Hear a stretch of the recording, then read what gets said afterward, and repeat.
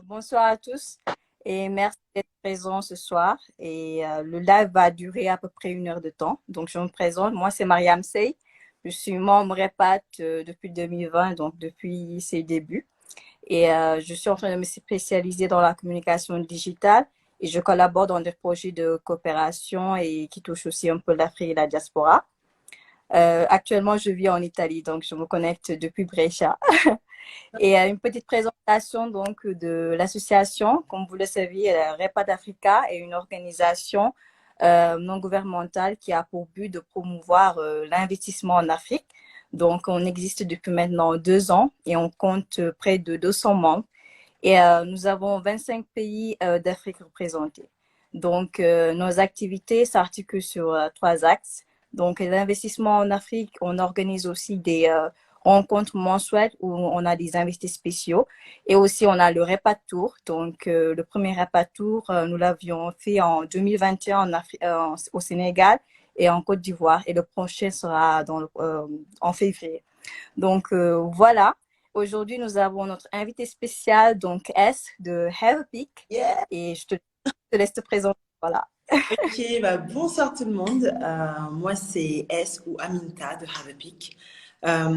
Clairement, voilà, je suis spécialiste de l'installation clé en main au Sénégal. Donc, quand je dis clé en main, c'est vraiment recherche de logement, recherche d'école, de crèche, et le tout avant que les familles arrivent.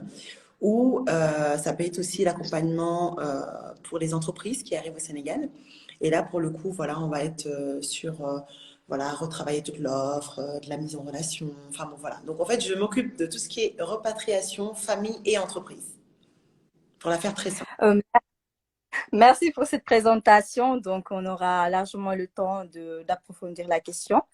Et j'en profite pour faire monter sur la scène 2 membres REPAT, donc qui vont nous expliquer un peu ce qu'elles font et leur rôle dans les commissions spécialisées de l'association. Donc, je vais monter 2 minutes. Voilà, Aïcha et Kumba. Comment le climat là-bas au Sénégal? Ah il fait bon, hein, t-shirt. Je reviens à l'âge. Comment dire qu'il fait plutôt beau. Bon. Ah, il pleut en ce moment en Italie, donc. Bonsoir, Kumba. Salut, ça va? Bonjour tout le monde, bonsoir tout le monde. Ça va? Bonsoir, Combat. Salut Aminta, ça va? Oui. Du coup, on attend que Aïcha se connecte Aïe.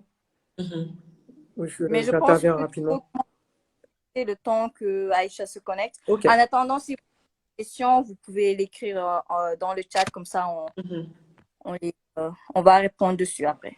Bonsoir Aïcha. Salut Aïcha. Bonsoir. Salut tout le monde. Bonsoir. Bonsoir. Alors du coup, je prends la parole 5 minutes, c'est ça? Oui, oui. Alors bonsoir à tous, moi c'est Kumba. Je fais partie de Repat Africa. Donc je suis référente du pôle recherche et développement qui a pour but d'organiser les Repat Tours, hein, t'en as parlé rapidement, Mariam. Et aussi, on est en charge d'identifier des partenaires. Ça peut être des entreprises, ça peut être aussi des particuliers. Identifier aussi donc on a dit des partenaires, mais aussi des entreprises dans lesquelles on serait en capacité d'investir, donc sur différents secteurs. Hein. Et donc, on a avec Cara, avec les membres du bureau, et je dirais que c'est à peu près tout. C'est à peu près tout ce qu'on fait là actuellement. Et moi, j'ai intégré Repat Africa il y a un peu plus d'1 an. Voilà. Sinon, dans la vie, je suis cadre, je travaille chez Orange. Et j'ai aussi pour ambition de m'installer en Côte d'Ivoire l'année prochaine, dans quelques mois, Inch'Allah. Voilà, avec ma famille. Inch'Allah, que Dieu facilite le projet. Amine. Merci. Donc, on donne la parole à Aïcha. Ouais, donc du coup, moi, c'est Aïcha. Donc moi, je suis arrivée dans la sauce vraiment au tout début. Je crois que la sauce a été même pas créée. Mais officiellement, c'est septembre 2020. Donc, comme Kumba, je fais partie de la commission recherche et développement, pardon. Donc, bon, je pense qu'elle a déjà bien expliqué ce qu'on fait. Après, moi, je vais juste rajouter que la commission recherche et développement, c'est vraiment le poumon de l'association. Et parce que c'est elle qui va faire que l'association, du coup, se développe, en fait. parce qu'on va aller chercher tous les partenaires. Ça peut être des institutionnels, des incubateurs, ça peut être des fonds d'investissement. Et c'est aussi les entreprises dans lesquelles nous, on va investir. Donc, c'est super important. Et aussi, on organise tout ce qui est repas de tour et on a d'autres tâches annexes aussi. Donc, voilà. Et sinon, en termes de retour d'expérience, c'est vrai que je n'ai pas abordé cette partie-là, quelques secondes. Moi, en tout cas, ce que m'a apporté le fait d'intégrer Repat Africa, c'est vraiment rencontrer des personnes, en tout cas, qui portent la même vision que moi. Je m'inscris totalement dans la vision de Cara, qui est vraiment impacter l'Afrique, vraiment être utile, donner plus de sens aussi à notre vie. Moi, je vous disais, je suis cadre aujourd'hui chez Orange. Bon, c'est bien, mais ça m'apporte, en termes de sens, ça m'apporte pas énormément. Et ça m'a beaucoup aidé aussi pour pouvoir trouver du réseau en Côte d'Ivoire. Je me suis rendue la première fois en Côte d'Ivoire, c'était quoi, il y a quelques mois, il y a peut-être 8 mois. Mon mari a déjà son propre réseau. Mais là, avec Cara, il m'a donné des contacts avec des personnes avec qui j'ai pu échanger, avec qui j'ai pu nouer enfin, en tout cas, identifier des perspectives et potentiellement des partenariats. Donc, en tout cas, ça m'a apporté énormément. Et puis, on échange régulièrement. Quand on a des questions, on passe par le Slack. Donc, on est vraiment pris en charge. Et voilà, en fait, l'avantage, c'est qu'on a tous les corps de métier qui sont réunis dans cette association. Donc, ça nous permet vraiment de poser la moindre question. On a des retours très, très, très rapides. Tout le monde est réactif. Donc, en tout cas, moi, ça m'a apporté énormément et je suis heureuse de faire partie de cette famille. Et j'espère que l'aventure va durer encore très longtemps. Voilà. Décidément, on peut dire que le point fort de l'association, c'est surtout le réseautage.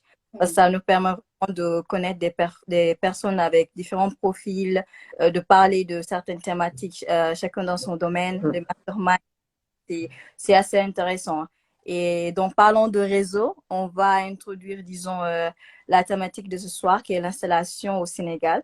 Donc, si tu peux nous parler un peu de ton projet de retour d'installation au Sénégal, disons les défis et surtout côté réseau. Si avant de partir t'installer, tu avais un bon réseau ou tu es parti disons, tu as construit ton projet à partir de zéro. Si tu peux nous expliquer le projet de ton en Afrique. Bon, déjà, pour la petite histoire, pour ceux qui ne me suivent pas en tout cas, il faut savoir que moi, je suis moitié sénégalaise. Donc déjà, bon, c'est un pays que je connais dans le sens où mon papa est sénégalais, qui m'a toujours parlé Wolof petite et que clairement, j'ai vécu 5 ans au Sénégal étant plus jeune. Donc j'ai été à l'école au programme sénégalais, aller à l'école en calèche, 5 ans. Voilà, c'est trop bien. Enfin, moi, j'ai vécu mon paradis d'enfance, en tout cas, au Sénégal. Et je pense que c'est aussi ça qui m'a peut-être poussée à revenir pour redonner un peu ce que le Sénégal m'a apporté jeune, en fait. Surtout que ça s'est passé dans des circonstances un peu catastrophiques suite au décès de ma mère, notamment. Mon père s'est retrouvé un peu en catastrophe, 3 enfants bas âge, fallait se faire aider, quoi.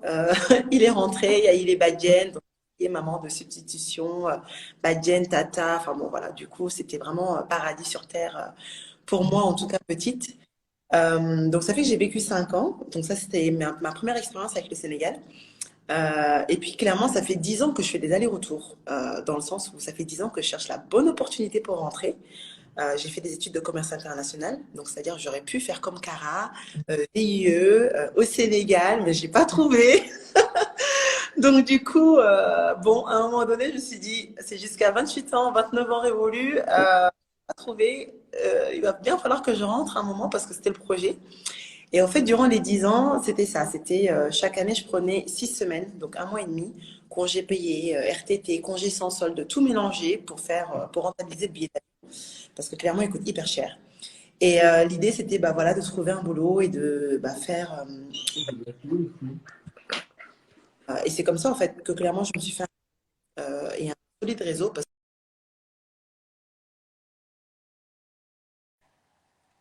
Mais clairement, mon réseau, il date de plus de 10 ans, on va dire ça comme ça. Parce que j'ai aussi mes amis d'enfance qui sont là, qui m'aiguillent au quotidien. Des amis qui, ça fait depuis nos 5 ans, enfin depuis que j'avais 5 ans que je les connais. Notamment, j'ai fait le jour de l'an avec une d'entre elles et c'était juste top.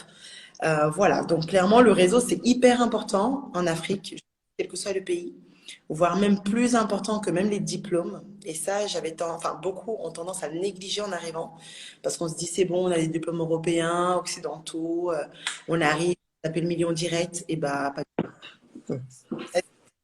Moi, je l'ai cherché le million par mois, je ne l'ai jamais eu, hein. Je ne l'ai pas encore eu pour l'instant. Donc, voilà. Mais le réseau est là et on arrive à plus ou moins aiguiller les gens correctement et comme il se doit, avec un sens enfin, de la qualité de service en tout cas, qu'il y a difficilement sur le marché aujourd'hui. Donc, ceux qui connaissent un peu le Sénégal savent très bien de quoi je parle. Au Sénégal, c'est rien n'est grave, graoul. On fait des choses à moitié, c'est pas grave, il y a la barna. Bon, voilà. Il y a le bar Il surtout. y a voilà, c'est-à-dire même quand il y a des accidents tout bêtes, c'est donc il y a bon, il y a un peu ce voilà, il y a tellement trop ce côté religieux et C'est vrai. voilà, et c'est vrai que les gens en fait, enfin, de manière générale, hein, je parle. Après, il y a toujours des exceptions. Ça, faut pas commencer On par les. ne veut pas prendre notre responsabilité, en fait, donc on délaisse tout à Dieu. En fait, beaucoup se dédouanent en se disant ce truc de Yallah Bahna, Dieu, tu vois, enfin vraiment le truc un peu incontrôlable. Et je trouve ça dommage parce que c'est un pays, mais tellement à potentiel fort, c'est un truc de fou, quoi. Et dans les estimations, en tout cas, parce que j'ai fait des publications qui disaient 2023, c'est la meilleure année pour s'installer au Sénégal, c'est que clairement, il y a des estimations qui disent qu'il y aura une croissance qui va être qui va passer de 4 à 10%. Parce que avant justement les élections présidentielles qui arrivent donc l'année prochaine, oui, on est déjà en 2023, donc 2024, et puis sinon il y a les Jeux olympiques de la jeunesse en 2026. Donc tout ça, sans parler de la découverte du pétrole, du gaz, ça va emmener facile 6000 familles qui vont s'installer au Sénégal. Donc si vous ne faites pas partie des 6000, j'ai envie de dire, mais ça sert à rien, venez jamais au Sénégal, en fait, restez en Europe. En disant qu'il y a toujours ce genre de préjugés par rapport à l'Afrique. Donc, c'est à nous de déconstruire, disons, cette image que veulent les médias occidentaux de véhiculer. C'est à nous de déconstruire, disons, ces stéréotypes. Voilà, sans plus tarder, vu qu'on a déjà récolté quelques questions, donc on va direct au point. On va avoir deux types de questions. Donc, vu que tu es spécialisé dans l'installation des familles et des entreprises, on aura des questions par rapport, disons, aux vies professionnelles et aussi pour tout ce qui touche l'aspect personnel. Donc, on a la première question, c'est par rapport, disons, à l'immobilier, au secteur immobilier. Donc, quels sont les quartiers de Dakar où le rapport qualité-prix est meilleur? Alors, Dakar, déjà, il faut savoir que c'est hyper saturé. Alors, je pense que vous le savez, c'est beaucoup d'immeubles à gogo, ça pousse comme des champignons. En tout cas, tous les militaires, ils ne se gênent pas. Et quand il reste des cités ou enfin voilà, des résidences avec des villas, des maisons, en général, il y a beaucoup de vis-à-vis, en fait. C'est-à-dire, il n'y a pas forcément, enfin, même s'il y en a qui ont prévu avec des arbres et tout pour cacher un peu, voilà, avoir un peu d'intimité. Bon, ça reste Dakar, ça reste une capitale et forcément, il y a beaucoup d'immeubles qui poussent. Mais je dirais, les Mamelles, c'est pas mal. Beaucoup d'expats arrivent aux Mamelles en arrivant. Notamment là, les familles que j'ai installées, il y en a une que j'ai installée aux Mamelles. Une autre, c'est au niveau de la BCAO, donc un peu plus vers Yoff. Voilà. Et donc, c'est comme rapport qualité-prix, tout ce qui est location, tout ça. Cité Cœur Gorgui, c'est pas mal aussi. Ou vendent en France pour venir acheter à Cité Cœur Gorgui.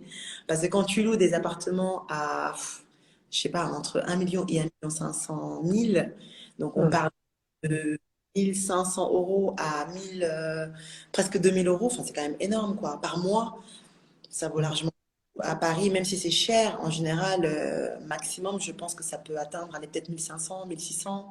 Bon, après, bien sûr, tout est relatif, ça dépend des quartiers aussi. Mais franchement, la location ici sur Dakar, mais ça cartonne et c'est tout. Enfin, parce que malgré les réglementations, ça augmente chaque année. Et comme il n'y a pas de contrôle, en fait, les propriétaires en profitent à fond. Et comme tout le monde le fait d'une manière générale, ça passe. Et en fait, toi, en tant que locataire, tu n'as pas le choix. Tu suis les règles et tu payes ce que tu as à payer. Donc, je dirais Cité Cœur Gorgui, Mamelles et peut-être Almadies, malgré que ça coûte cher et que inondé, c'est la catastrophe. Oui, il y a aussi cela, il faut prendre en compte aussi que pendant l'hivernage, c'est pas top de vivre. Par exemple, si tu es Gourgougué, Almadies, les routes sont inondées. Donc, il y a aussi cet aspect à tenir Oui. en fait. C'est pour ça, moi, le conseil que je donne généralement, c'est vraiment si vous voulez acheter un bien, quel que soit le bien, franchement, passez en pleine période d'hivernage, voire juste après l'hivernage, pour voir comment c'est. Parce que quand c'est une zone dégueulasse, bah, l'eau stagne en fait. Donc même si vous passez après l'hivernage, il y aura encore de l'eau facile le mois qui suit, quoi. Donc ça permet de faire un petit repérage. C'est vrai. En fait, et pour ce qui concerne, par exemple, la zone de Diamniadio, qui est, disons, cette nouvelle ville pleine d'opportunités, au moins à travers les informations qu'on a des médias, est-ce que c'est un bon plan de s'implanter en tant que start-up? Bon, après, c'est que mon avis et ça vaut ce que ça vaut. Mais moi, je pense. Alors, ils veulent en faire. Enfin, en fait, il faut savoir que à Dakar, ils ont voulu décentraliser Dakar parce qu'effectivement, Dakar, bah, c'est tellement saturé, il y a une surpopulation. Enfin, c'est bref, c'est abusé. Ils ont tout ramené à Diamniadio. Mais là où, pour moi, ça fait pas trop sens, c'est-à-dire, il y a combien de ici à Dakar où ils ont fait l'inauguration à Diamniadio et que derrière, le salon, par exemple, parlons du salon de l'habitat, un truc concret où j'ai été, ils ont fait l'inauguration à Diamniadio et derrière, ils ont parti faire le salon au King Fahd, à l'hôtel King Fahd, donc le salon de l'habitat. Au final, ça a duré combien? Une semaine, si je ne me trompe pas, ou bref, quelques jours. Disons quelques jours, juste pour pas, voilà. Mais c'était rempli et c'était sur Dakar. Et au fait, c'était aussi bouché que d'habitude. Ça reste les Almadies, ça reste. Donc, du coup, je comprends pas. Ils veulent désengorger, mais sans trop désengorger. Enfin, voilà. Donc, je pense qu'effectivement, Diamniadio, aujourd'hui, comment moi je vois les choses, ça reste une zone industrielle. On a beau dire ce qu'on veut, il y a quand même des gens qui vont travailler là-bas tous les jours. Donc, ça reste un endroit pour travailler. Mais en termes de start-up, pour moi, c'est pas tous les domaines qui peuvent s'implanter à Diamniadio. Ce serait peut-être tout ce qui est de la location, Airbnb. À Diamniadio, ça peut être bien parce que toutes ces personnes qui font les allers-retours, peut-être qu'ils auront besoin d'un endroit où se caler pour éviter de faire les allers-retours, par exemple. Ça peut être tout ce qui est restauration, fast-food, mais il faudrait, dans ce cas-là, être sûr d'être dans la sphère ministérielle ou d'avoir un emplacement, en tout cas pas trop loin des bureaux, parce que si tu es hyper loin, ça sert à rien. Les gens des bureaux ne viendront pas. Franchement, on n'en est pas encore là. Culturellement, on n'en est pas encore à prendre sa voiture, aller, je sais pas combien de kilomètres pour aller manger, quoi. Les gens aiment bien tout ce qui est proximité. C'est pour ça que tout ce qui est boutiquier, commerçant du coin, ça fonctionne bien parce que bah, c'est à côté. Tu descends en bas de chez toi, il y a une boutique, tu achètes ton truc. Même si l'autre, il est hyper bien, je sais pas, à 10 mètres plus loin, bah non, tu vas pas y aller. Tu vas préférer la proximité, en fait. Donc, je dirais tout ce qui est fast-food, restaurant, bah, près des bureaux, oui, ça pourrait marcher. Sinon, bah, les crèches, tout ce qui est crèche, ça pourrait marcher. Parce que le gros problème, déjà les crèches au Sénégal, bon, voilà, faut voir. Il y a crèche et crèche, voilà. C'est pas comme nous, ce qu'on connaît en France en tout cas. Et même si ça se rapproche, bon, on aura toujours des choses à améliorer parce qu'il faut former le personnel, parce que les gens, bah, c'est pas les mêmes diplômes. Et puis c'est pas la même rigueur. Il y a toujours ce graoul qui est là au la tête de tout le monde. Enfin, La, Ouais. la culture, il joue. donc, je pense que, par exemple, vu le nombre de personnes qui sont parents qui viennent travailler là-bas, clairement, bah, s'il y a une crèche ou quoi, on met son enfant à la crèche, on va travailler. Bon, ça peut être un bon plan. Donc, voilà, grosso modo, moi, à quoi j'aurais pensé là, comme ça, en y répondant. Mais c'est pas encore si développé que ça. Les gens, comme c'est une zone pour travailler, les gens vont pas y aller pour prendre un verre. Enfin, non. Oui, disons que même s'il y a, disons, les structures, il y a aussi tout ce qui tourne autour, comme certains emplacements. Donc, peut-être dans 5 ans, le temps de laisser la ville se développer. Peut-être. Alors, après, je vois quelqu'un dans les questions qui c'est quoi graoul? Prenons le temps. Ouais. Alors, vous me rajoutez. Ah, bah tiens, voilà. Il y a quelqu'un qui a écrit Graoul, ce n'est pas grave. Effectivement. Graoul, pour moi, je dirais même, c'est plus que ce n'est pas grave. C'est vraiment le. Mais rien n'est grave, ne t'inquiète. Tu sais, genre, la vie est cool. Pourquoi tu te prends la tête? Il n'y a pas besoin, tu vois, genre. YOLO, Et tu- YOLO. C'est like Hakuna Matata en Exact, tanzanien. c'est ça. C'est ça, en fait. Donc, voilà. Et juste une dernière chose. Sur Diamniadio, il faut faire extrêmement attention parce que tout ce qui est cette location, il y a énormément de problèmes à Diamniadio parce que la zone est argileuse. Et ça, beaucoup ne le disent pas. Et je trouve ça dommage. Bon, pour le coup, je travaille avec des professionnels dans l'immobilier aussi. En fait, clairement, Habapic, c'est une équipe de professionnels, et je dirais même des meilleurs professionnels du pays, parce que ce sont des gens qui ont minimum 8 ans d'expérience, 8 ans de pratique du Sénégal, qui connaissent les réalités.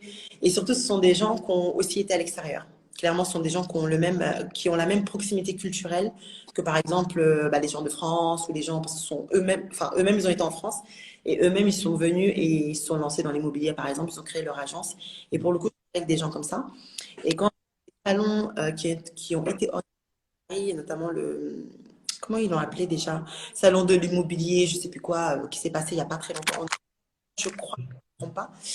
En fait, il y a eu beaucoup comment dire, projets qui n'étaient pas très top. Après les avoir faits, pour le coup, il fallait liquider. Et en fait, beaucoup en ont profité pour vendre ça durant les salons comme ça de l'immobilier à l'extérieur. Mais il y a eu énormément de problèmes et ça, beaucoup ne le disent pas, quoi. Et c'est ça le problème. Et ça, le gros danger dans l'immobilier, c'est qu'on trouve de tout et n'importe quoi. Et il y a eu des projets qui ont été faits et bon, voilà. Et ils se sont rendus compte derrière que, bon, voilà, c'était pas le top, mais qu'ils essaient quand même de liquider parce que, il y en a d'autres qui ont plus d'argent peut-être pour faire les réparations, entre guillemets. Donc, il faut faire gaffe. Il faut vraiment faire gaffe à où est-ce qu'on achète. C'est large, il y a des il y en a faire. Mais voilà, vraiment se déplacer, repérer et savoir de quelle zone on parle surtout. Voilà. En fait, je pense que l'avantage de collaborer avec, disons, les personnes qui ont eu aussi ont vécu en Europe, c'est le fait qu'ils comprennent les exigences de la diaspora et comprennent aussi que les standards ne sont pas les mêmes en fait. Oh oui, notamment moi, c'est pour ça que je fais clairement ce que je fais parce que quand je suis arrivée, au départ, j'ai ma famille ici, hein, là n'est pas de problème, je vis même en famille. Et en fait, quand je suis arrivée, que j'ai un appartement où tout simplement on me ramène une liste de fournitures scolaires, mais il fallait voir, c'était un truc, on dirait que je devais après là-bas. Ils y allaient une fois, ah bah on nous a dit de repasser, mais de toute façon il faut un minimum ça et ça. J'avais pas de liste. Et quand je suis arrivée, partie demander la liste, on m'a dit, mais on lui a déjà donné, on lui a dit de repasser. Oui, on repasse. Donc au final, c'est le truc, tu peux pas trop redemander à la personne parce qu'il faut pas trop la frustrer dans le sens où la personne a déjà rendu service, c'est quelqu'un de la famille, on peut pas trop parler. Et moi, au final, je n'étais pas contente parce que j'avais pas ce que je voulais. Clairement, je voulais une liste de fournitures scolaires avec les prix et tout, donc j'avais pas ça. J'avais juste du oral et ça me suffisait pas. Et l'autre chose, c'est que même dans les standards pour la recherche d'appartement, non mais on m'avait proposé, accrochez-vous bien, vous voyez les maisons les bouts où quand on arrive, tout le monde est assis par terre, les yeux sur la personne qui arrive, parce que c'est une entrée, maison les bouts, quoi. Une grande maison familiale. Maison familiale. Et sauf qu'après, il y a des escaliers pour monter là-haut, premier, deuxième, troisième. Et je devais aller au troisième et enfin, on m'avait proposé de prendre cet appartement-là. Et j'étais là, non, mais no way, en fait. Moi, j'ai des gens de la diaspora qui vont venir me voir, j'ai des amis, je vais pas prendre un truc, t'arrives, tout le monde te regarde, il y a 10 personnes qui ont dit, Il y a pas trop les, disons. voilà, donc c'est pas les mêmes exigences, c'est pas les mêmes standards. Et c'est là où, effectivement, s'il n'y a pas quelqu'un qui connaît les codes et les exigences des personnes de la diaspora pour accompagner ces mêmes personnes à s'installer, ça va être compliqué. En parlant de famille et de scolarité, Mhm. combien de temps à l'avance les gens doivent prévoir les inscriptions à l'école des enfants? Parce qu'on sait que, par exemple, il y a des pays où il faut faire l'inscription 6 mois à l'avance. C'est faisable, disons, quelle est la situation au Sénégal? Alors, tout dépend. En fait, comme j'ai fait une vidéo sur ma chaîne YouTube où j'expliquais qu'il y a 3 systèmes d'école au Sénégal. Il y a le système français, continuité de ce qui existe déjà en France, sénégalais, et il y a le système mixte franco-sénégalais. Enfin, grosso modo, hein. Après, il y a les anglophones, enfin les écoles qui apprennent l'anglais, ceux qui apprennent un peu aussi le Coran, donc les écoles islamiques. Bon, après, il y a de tout. Mais en tout cas, si on se base que sur ces trois-là, si vous voulez rester dans le système français en arrivant, en vous disant non, moi je veux que mon enfant reste dans le système français, effectivement, il faut s'y prendre à l'avance et ça veut dire il faut s'inscrire sur la plateforme de l'ambassade de France et là il y a des dates butoirs qu'il faut respecter. Donc, c'est-à-dire en général, au mois d'avril, l'ouverture jusqu'à juin. Après, ça se ferme et il y a il y a une commission qui se passe, je ne sais plus quand, la deuxième qui se passe et il y en a peut-être une dernière qui se passe au mois d'août pour vraiment les rentrer en septembre. Mais c'est pour les dernières minutes, quoi. Donc, ça, c'est pour le système français. Le système sénégalais, il n'y a pas vraiment de loi, à part s'il y a de la place, peut venir, il n'y a aucun souci. C'est juste une question de place dans les classes. Et tout ce qui est franco-sénégalais, en général, c'est comme l'ambassade de France. Souvent même, ils sont sur la plateforme de l'ambassade de France. Et là, en général, bah, c'est les mêmes délais, c'est des dates butoirs. Mais après, ce qui est bien, en passant par Habapic, donc en passant par moi, avec ma structure, c'est que j'ai réussi à négocier quand même avec certaines écoles, donc que ce soit système français, sénégalais, ou bref, certaines conventions pour, quelle que soit la période où la famille veut venir, de pouvoir insérer bah, les enfants. Voilà, quelles que soient les classes. Voilà, mais après, bon, la marge non plus, il faut pas trop tirer. S'il y a 10 familles qui arrivent en même temps, que dans chaque famille, il y a je sais pas combien d'enfants, là, clairement, je sais pas comment je vais faire. Mais comme je pense que les gens ne s'installent pas au Sénégal non plus tous les jours, voilà, ça laisse encore un peu de marge. Et en attendant, si on parle de quelques enfants, bon, c'est quoi. Même à la dernière minute avec Havapik. Voilà. Il y a une question qui revient souvent, c'est est-ce que le live va être enregistré? Oui, je pense que oui, à la fin du live, on va l'enregistrer, bien sûr. Ouais, en fait, ça enregistre automatiquement à la fin. Vous pouvez le retrouver sur votre plateforme. Ok. Si vous avez des questions, Aïcha Kumba, n'hésitez pas. Du coup, j'ai vu qu'il y avait une question aussi d'un monsieur Baïsoul. Quid du marché immobilier aujourd'hui à Jazz, saturé, en plein boom? Je crois que ça bug là. Oui, Vous m'entendez? oui, ça va. Moi aussi, ça va. Du coup, vous avez entendu la question ou pas? Non, Non. Ah, ok. Bah, je crois que c'est moi qui a bugué, alors désolé. Donc, il y avait une question de Baïsoul et il demandait quid du marché immobilier aujourd'hui à Jazz, saturé ou en plein boom? moi je dirais en plein boom, dans le sens où j'ai même quelques pistes là-bas de terrain à vendre, en plein boom parce que, comment dire, jusqu'à présent ça a été négligé, enfin jusqu'à présent, allez, jusqu'à dernièrement ça a été négligé dans le sens où les gens avaient un peu peur qu'il se passe la même chose qu'à l'aéroport, bah, l'aéroport Sédar Senghor, donc le premier, c'est-à-dire au niveau de l'ancien aéroport, il y a tellement de maisons qui sont collées à cet aéroport-là qu'au final, bon, voilà, ça a été compliqué, quoi. Mais du coup, l'État, pour le nouvel aéroport, ont pris des dispositions, c'est-à-dire ils n'ont pas mis en vente, en fait, ils ont, comment dire, ils ont clôturé une grosse partie réquisitionnée pour l'État. Donc, l'équivalent de tout ce qui est 10 km autour de l'aéroport qu'ils ont pris pour eux. D'ailleurs, si vous y allez, vous allez voir des clôtures avec, enfin bref, c'est bien séparé, quoi. Et en fait, ils ont gardé ça pour eux. Donc, je pense que ça va être l'État ou en tout cas les gens du gouvernement qui vont pouvoir exploiter cette zone-là. Et en fait, ils ont mis en vente tout ce qu'il y a derrière. Donc, tout ce qu'il y a après cette clôture. Et là, franchement, non, il y a encore des opportunités. J'ai visité des terrains là-bas pour une cliente. D'ailleurs, ça doit se finaliser là, mais non, non, il y a encore des choses, surtout près de là où, justement, en fait, près de l'aéroport, il y a une zone où le président peut dormir. Alors, ils ont appelé ça, comment ils ont appelé ça? Je sais plus quoi, présidentiel, je sais pas quoi, enfin bref. En gros, à côté de là, il y a pas mal de terrains encore en vente. Voilà. Ok. Merci. Si vous avez des questions, vous pouvez l'écrire dans le box questions. Euh, on a d'autres questions qu'on avait récoltées. Donc, pour ce qui concerne toujours les loyers, est-ce que vous avez aidé vos clients à trouver une location à Dakar à leur arrivée ou bien vous suivez une autre procédure, c'est-à-dire l'emplacement donc sur Airbnb et puis disons donc s'il arrive à réserver leur appartement avant ou bien une fois sur place.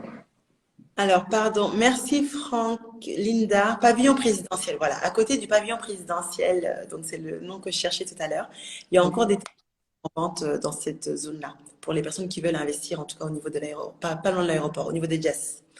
Donc, pour répondre à ta nouvelle question, effectivement, j'ai un pack, en fait, j'ai plusieurs packs à l'installation, et j'en ai un que j'ai appelé le pack Have a Pick de base. Sous celui-là, en fait, c'est un clé en main avec le logement selon les exigences de la personne, selon le budget de la personne. Donc, c'est-à-dire, on fait une heure d'échange, on fait une séance de consulting d'une heure où je récupère les éléments, à savoir quel est le budget, combien de personnes on parle pour le nombre de membres, quel âge pour les classes, parce qu'en fait, je vais m'occuper de la recherche de logement, je vais m'occuper de chercher l'école près du logement. Et s'il y a déjà un travail, près du travail, pourquoi pas aussi. Voilà. Euh, si jamais il y a des enfants bas âge. Et pareil, près de l'école ou près de la maison. Donc, ça fait que quand les personnes arrivent, notamment là, les dernières familles que j'ai installées, j'avais déjà la clé pour elles. J'avais déjà toute la liste de fournitures scolaires, tout. Enfin, elles sont arrivées, je leur ai remis les clés. Mais clairement, à travers justement l'espace dédié, elles avaient déjà tout à disposition, quoi. Elles savaient déjà qu'il fallait ça, à l'école, que ça coûtait tant, que les fournitures scolaires, l'uniforme. Enfin bon, il y avait toutes les infos déjà. Donc, effectivement, beaucoup, en tout cas de Sénégalais, en arrivant au Sénégal, il n'y a pas besoin de Habepic ou par quelques services qui ressemblent à Habepic parce qu'en vrai, on a la famille, en vrai, on parle Wolof, en vrai ci, en vrai ça. Mais moi, ça m'est arrivé d'avoir des familles qui ont essayé de s'installer par eux-mêmes, parce que ce sont des Sénégalais, tout ça, et qu'au final ont tellement galéré qu'ils ont dû m'appeler pour justement les aider derrière, surtout pour le logement. Surtout les arnaques, quand on sait qu'on vient de la diaspora, c'est toujours la galère. Tout est une question de code. Et quand on n'a pas les codes, bah, on les a pas en fait. Et moi-même qui vous parle, hein, quand je suis arrivée, j'ai beau parler Wolof, j'ai beau grandir ici, j'ai beau faire 10 ans d'aller-retour, bah, il m'a fallu quand même un an. Hein. Il m'a fallu un an pour vraiment commencer à maîtriser, kiffer, me dire, toi, t'as voulu me la faire à l'envers. Attends. Enfin voilà, il a fallu quand même un peu de temps quoi, pour se remettre dans le truc. Et c'est là où vraiment je me fais pas de soucis par rapport en tout cas à ce que je fais parce que je sais que même si les gens y arrivent par eux-mêmes, ils auront galéré. Et clairement, moi, l'idée, c'est d'être une facilitatrice. Donc, c'est-à-dire, c'est d'éviter ces galères-là. Parce que je les connais, parce que je les ai vécues et parce que je sais à quel point ça peut gâcher l'expérience sénégalaise, en fait. À un moment donné, bah, une galère, c'est bien, deux galères, c'est bien, mais s'il y en a plusieurs, on a juste envie de rentrer, quoi. On a envie de tout abandonner et de repartir où est-ce qu'on vient d'arriver, enfin, où est-ce qu'on a, enfin, là, on a tout lâché, quoi. Donc, l'idée, voilà, c'est vraiment, avant que les gens arrivent, ils ont leur appartement, l'école, la crèche. Bien sûr, il y a pas mal de documentation sur les choses à savoir, à faire avant de venir, à faire en arrivant et à faire après être installé, notamment. Et sinon, voilà, je mets notamment un taxi aussi pour l'arrivée à l'aéroport à disposition avec chauffeur, climatisation et tout. Voilà, après, c'est des petits détails comme ça, mais qui ont leur importance. Et c'est ce qui change la donne, quoi, parce que ça fait gagner du temps et puis bah, ça fait plaisir aussi d'arriver et de se faire bien accueillir, quoi, tout simplement. Parce qu'arriver dès l'aéroport à négocier jusqu'à fatiguer, enfin, voilà, quoi.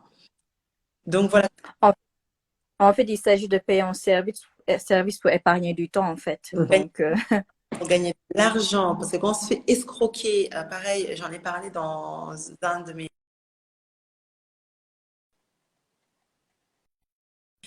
et je disais, bah, effectivement, il y a une de mes familles qui a voulu m'aider dans la recherche de logement sur Facebook, qui a vu notamment une annonce, qui a contacté la personne. Et en fait, la personne disait, oui, j'ai une maladie, bon, c'est 500 000 ou un truc comme ça, ou 400 000 par mois. Maison, 3 chambres, salon, bizarre. Elle m'a dit, bizarre, à ce prix-là, bizarre. Et le gars mettait la pression pour dire, prenez vite la maison, parce que clairement, il y a, voilà les visites, vous la prenez pas, bah, votre premier arrivé. souvent, ils jouent avec ça, en fait. Le fait de vous mettre en pression.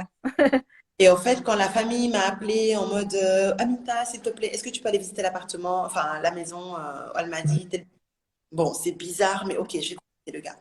Donc je prends mon téléphone, j'appelle le gars. Bon, moi, pas perdre de temps, d'argent, d'énergie, je fais direct comprendre que je parle Wolof et ça fait toute la différence.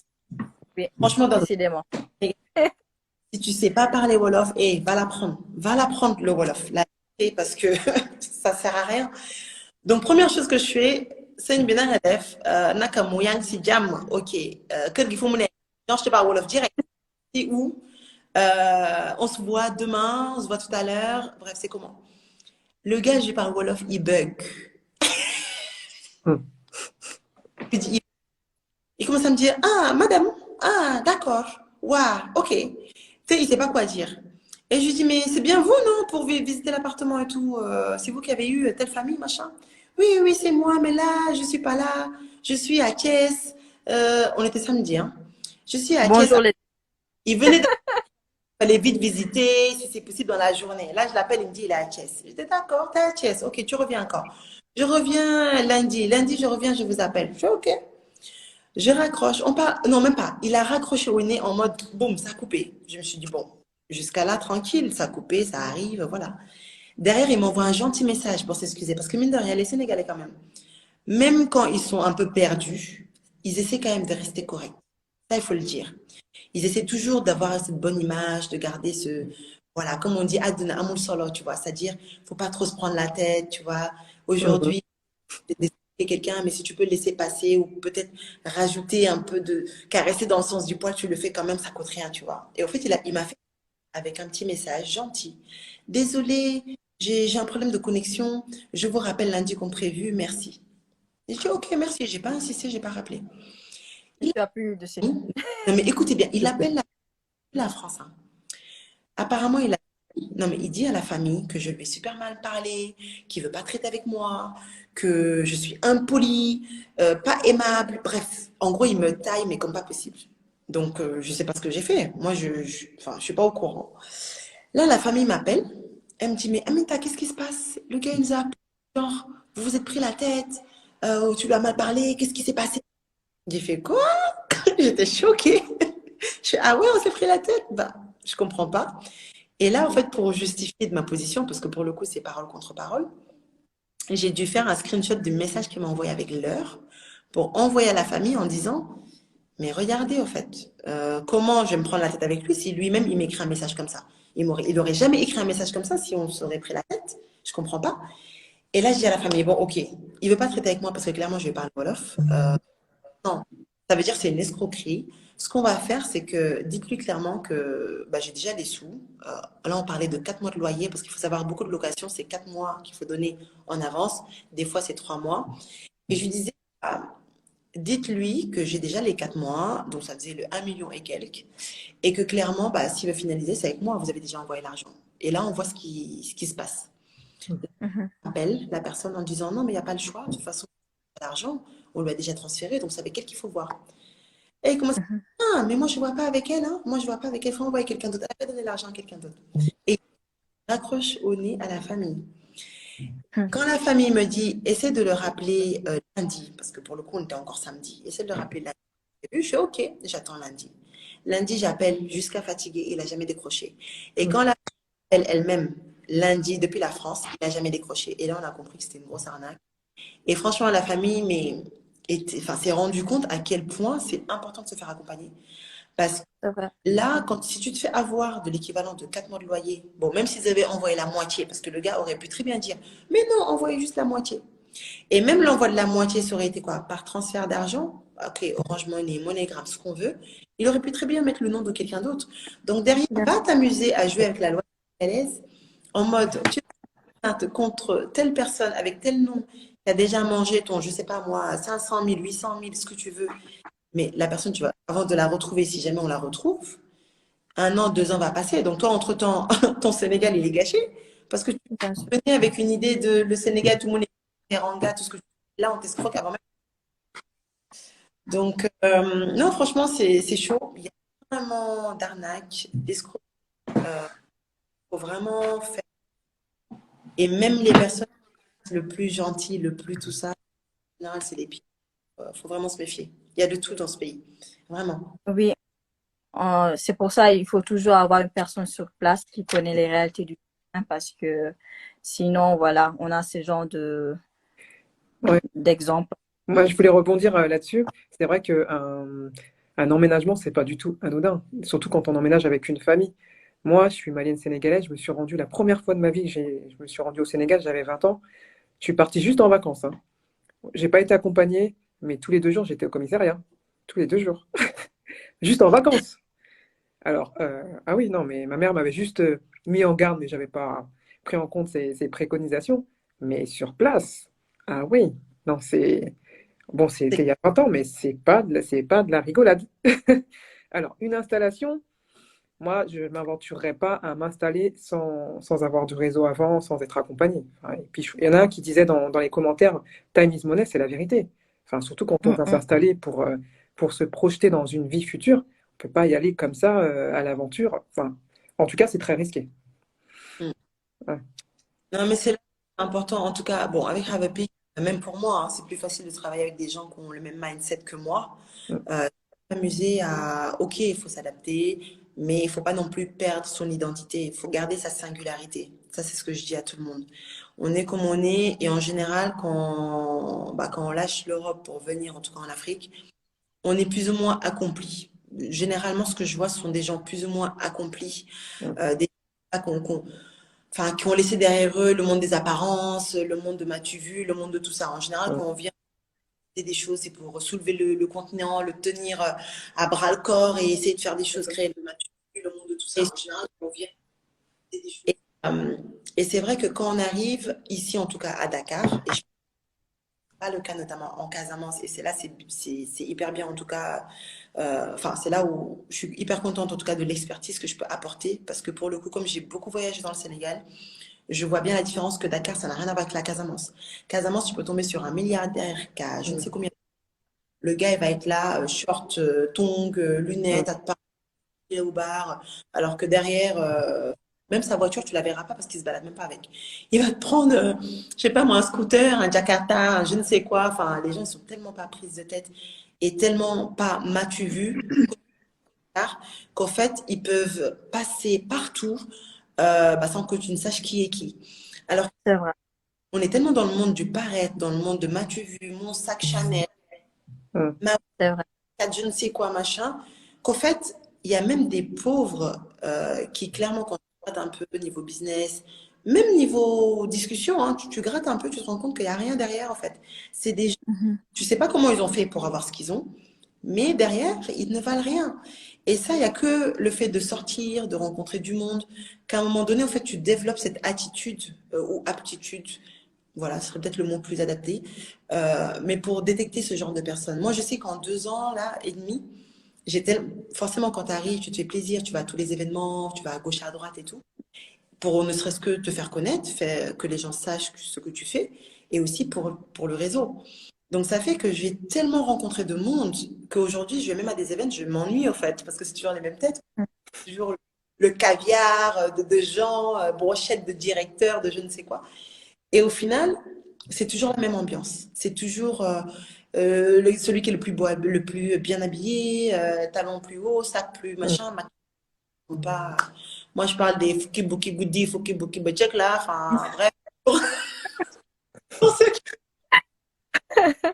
Parfois, c'est vrai qu'on est mieux traité selon l'apparence, en fait, et c'est dommage, malheureusement. C'est ça. L'apparence et Et le c'est statut. Et le statut aussi, il faut préciser. la vie, selon si c'est une femme mariée ou pas. En fait, voilà, c'est limite, Ouais, il y a ça. faut se déclarer Ouais. mariée, en fait. Et les gens se permettent de dire du n'importe quoi sur la vie, en fait, malheureusement. Donc, il faut avoir un esprit de dépassement et essayer de s'intégrer pour comprendre un peu, disons, la culture et comment les gens, disons, pensent pour pouvoir mettre des barrières, non, en fait. C'est ça, exactement. Et c'est là où je suis en train de mettre en place aussi une formation culturelle, clairement, dans le sens où ce sont des choses que j'ai apprises. Bon, alors déjà, quand je dis culturel, c'est vraiment pas uniquement France-Sénégal, c'est aussi l'Asie, les Américains, comment négocier avec eux, parce que j'ai fait des études de commerce international. Et c'est vrai que pour moi-même, l'avoir expérimenté dans le sens où j'ai été 6 mois en Inde, j'ai été 1 an à Londres, et même si Londres reste à côté, bon, pour ceux qui sont partis à Londres, vous voyez bien que c'est pas la même mentalité, Mm. beaucoup plus pragmatiques. Ils sont pas, ils sont pas à l'euro près comparé à peut-être nous les Français où on va faire attention, voilà, pour dépenser dans tel ou tel service. Enfin bon, voilà, c'est des choses très différentes et il faut avoir le mindset pour comprendre les gens et pour pouvoir parler le même langage qu'eux, en fait. Et au Sénégal, c'est la même chose, c'est-à-dire il y a comme un jeu qui se fait d'une manière on va dire normale et générale. Et il faut comprendre le jeu pour bien jouer. Si tu comprends pas le jeu, si toi tu arrives avec ton jeu français, mais en fait tu seras toujours en décalage et tu te feras avoir. Ça c'est clair que tu te feras avoir parce que le jeu ici il est beaucoup plus, comment dire, beaucoup plus dans les détails, beaucoup plus dans le, alors je dirais pas vice, je sais pas trop comment l'appeler, mais en même temps les réalités sont pas les mêmes parce que comme on est dans un pays où c'est beaucoup de la débrouille, il n'y a pas de RSA, il n'y a pas de chômage, il n'y a pas de tout ça, donc ça fait que les gens, il faut qu'ils soient un peu comme ça, un peu fourbes, et on dit dans un environnement comme ça, mais et du coup, comment dire, en fait, tu t'adaptes à l'environnement dans lequel tu grandis, tu es comme ça, et des fois, les gens, ils s'en rendent même pas compte. En fait, ce sont des gens comme nous qui vont arriver et qui vont se rendre compte que, mais ça, c'est pas normal. En fait, ce que cette personne estime normal n'est pas normal. Moi, quand je vois des ponts ouverts là sur Dakar, là, le pont de, je sais plus, ouvert, ça sent mauvais et tout, et que les gens, ils sont là, tout le monde vit normal. Limite, ils sentent même pas les mêmes odeurs que moi. Je me dis, mais c'est quoi ça? Les gens, vous ne sentez pas, votre nez, il fonctionne. Ça fait une réalité. Non, mais c'est des réalités. Et je leur dis, mais pourquoi pourquoi on ne ferait pas une journée, allez, manifestation contre ça pour obliger ne serait-ce que les politiques à faire quelque chose, quoi. Parce que fermer un pont, c'est simple, mais ils ne le font pas. En fait, ils tuent la population, pour moi, à petit feu. C'est vraiment, tu sens des trucs au quotidien et les gens, en fait, c'est même pas ils se protègent avec un masque ou quoi. C'est devenu normal. C'est comme si ça sentait normal. Et je suis choquée, moi, à chaque fois. Et après, l'axe de Toubab. Et parfois, je pense qu'il faut essayer d'apprendre le côté positif des autres cultures, en fait. Oui. Parce qu'ils ne se rendent même pas compte, mais ils taxent tout de Toubab, donc de la personne blanche. Alors que ce que tu dis normalement, c'est la logique, en fait. Mais... Non, mais c'est ça. Mais moi, j'en suis même arrivée au stade de me dire, en fait, on est encore, alors en Afrique de manière générale, mais en tout cas au Sénégal, on est encore une population malade et qu'on se le dit, euh, c'est-à-dire au-delà du chocolat ou khessal ou bref, quel que soit le nom qu'on lui donne, il y a beaucoup de personnes qui se dépigmentent encore. Et les expressions montrent bien le mindset. Quand on te dit, oui, tu fais la toubab, mais attends, ça veut dire quoi? Parce que je veux quelque chose de bien. Donc en fait, tout ce qui est bien, c'est que les toubabs qui ont le droit aux choses bien. Donc, en fait, moi, je ne peux pas faire quelque chose de bien pour moi sans que tu me dises je fais ma touba. Enfin, tu vois. Et c'est quelque chose qui me dérange. Et j'hésite pas à remettre les gens, entre guillemets, en place en leur faisant faire cette petite réflexion-là. Parce que je me dis, c'est aussi ma manière à moi d'apporter la pierre à l'édifice. L'idée, c'est de pouvoir faire évoluer les mentalités. Et des fois, ça passe juste par une petite réflexion en disant, non mais attends, est-ce que tu t'entends parler? Est-ce que tu trouves normal que dans ta tête, il n'y a que le blanc qui a droit aux bonnes ou belles choses? Donc pourquoi tu me sors cette expression-là? Et juste en lui disant ça sans offusquer la personne, hein, en lui parlant gentiment, derrière, ça va la faire réfléchir et derrière, peut-être qu'elle n'utilisera plus jamais ce proverbe ou cette expression, tu vois. Et je me dis, c'est une manière, en tout cas pour moi, de contribuer au développement aussi du continent, parce que ça commence par les mentalités, hein. Aujourd'hui, C'est vrai. beaucoup de personnes, en tout cas, qui échouent plus ou moins leur installation au Sénégal, c'est parce qu'ils n'ont pas pu faire face aux mentalités. Et c'est hyper dur. Le quotidien, c'est un truc, c'est fatal, en fait. Soit ça passe, soit ça casse. Voilà. En fait, c'est vrai. Parfois, on a besoin de conscientiser un peu les personnes parce qu'ils ne se rendent même pas compte de certaines choses, en fait. Ouais. Je vois qu'il y a Medina Sen qui demande pour trouver un job à distance, c'est possible ou vaut mieux attendre d'être sur place. Donc, j'en profite aussi pour te demander si à tes débuts, comment tu t'es créé des sources de revenus ou bien si tu avais un boulot parallèlement. Et je sais qu'aussi tu as un enfant, donc comment tu faisais pour jongler entre vie professionnelle et vie personnelle? Alors, bon, c'est vrai que le fait d'être même preneur, comme je dis, c'est pas toujours facile. Voilà. Après, moi, l'avantage, le gros avantage que j'ai, franchement, c'est ma famille. Comme je dis, je suis en famille. Et au fait, tous les problèmes que j'avais en France de oh, c'est l'heure de la garderie, oh, il faut que j'aille récupérer la petite, il faut que je cours, oh là là, tu sors déjà le manteau, t'as froid, machin, mettre les chaussures, c'est une galère. Tu dois courir avant qu'on emmène ton enfant, qu'on appelle commissariat ou gendarmerie pour qu'ils viennent te la récupérer, parce qu'en vrai, à telle heure, si t'es pas venu, on appelle la police, machin. Enfin, les galères de France. Ici au Sénégal, je suis devenue, en fait, je suis mère, mais sans lettres. On va dire ça comme ça. Dans le sens où mon pays appartient, comme on dit, il faut tout un village pour faire l'éducation d'un enfant. Et clairement, bah, moi, aujourd'hui, le village que j'ai, c'est ma famille. Le fait d'être en famille, ça me permet de pouvoir, à gauche, à droite, les enchaîner toute une journée, pas avoir à aller à l'école. Et qu'il y a une des cousines dans la maison qui va me la récupérer, qui va me la laver, qui va lui donner son goûter, qui va s'en occuper. Elle mange le soir, le lit, s'il faut, le dodo, il s'en occupe. Moi, j'arrive, elle est toute lavée, toute propre. Voilà. Donc, par rapport à ça, franchement, après, je me suis imposée quand même pour pas trop lâcher la famille enfin, pour pas trop me faciliter les choses non plus, parce que je reste quand même une maman très, voilà, très poule et tout ça. Tous mes dimanches sont à elle. Tous mes dimanches, là, aujourd'hui, j'ai partagé un peu en story ce que j'ai fait. On était à la plage. Tous les dimanches, c'est plage avec ma fille, avec d'autres enfants. Voilà, on essaie de se voir entre nous, on va dire, les réseaux qu'on s'est créés, de personnes qui sont revenues, en tout cas au Sénégal. Donc voilà, en tout cas pour le côté maman, c'est comme ça que ça se passe pour moi. Donc ça veut dire que ma fille ne m'appartient pas à moi, elle appartient à toute ma famille.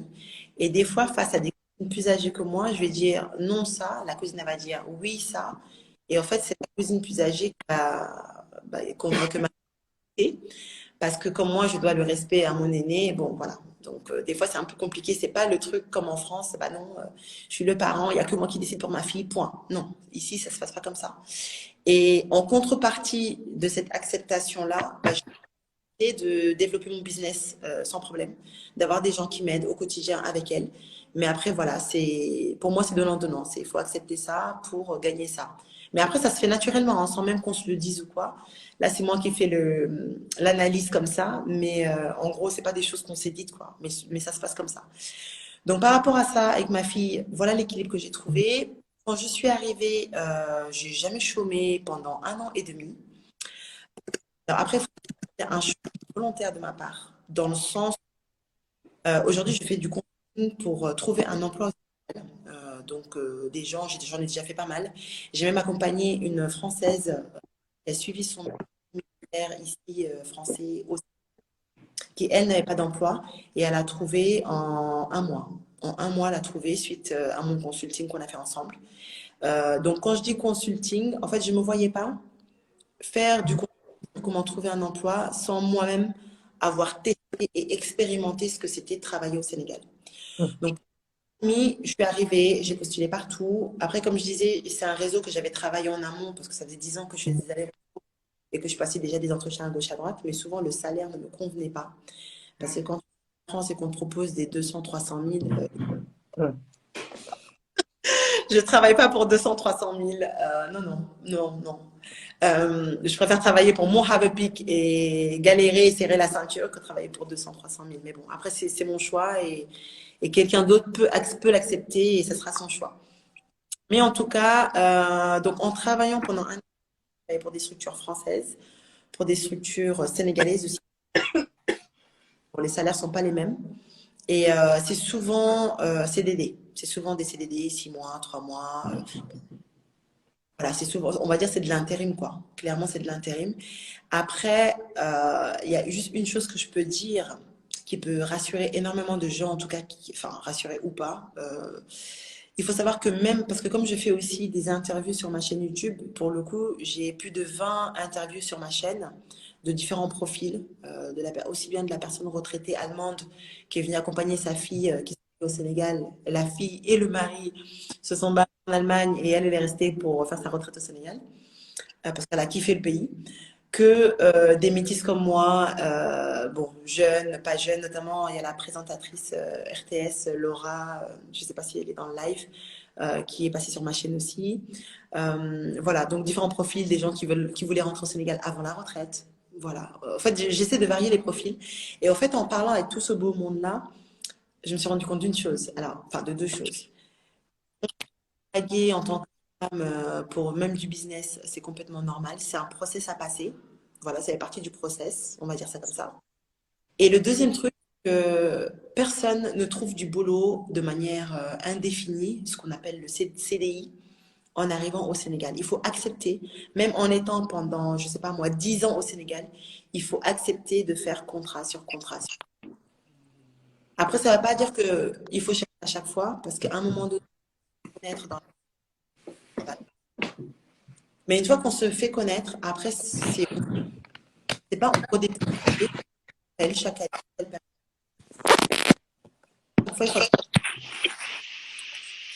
Donc voilà.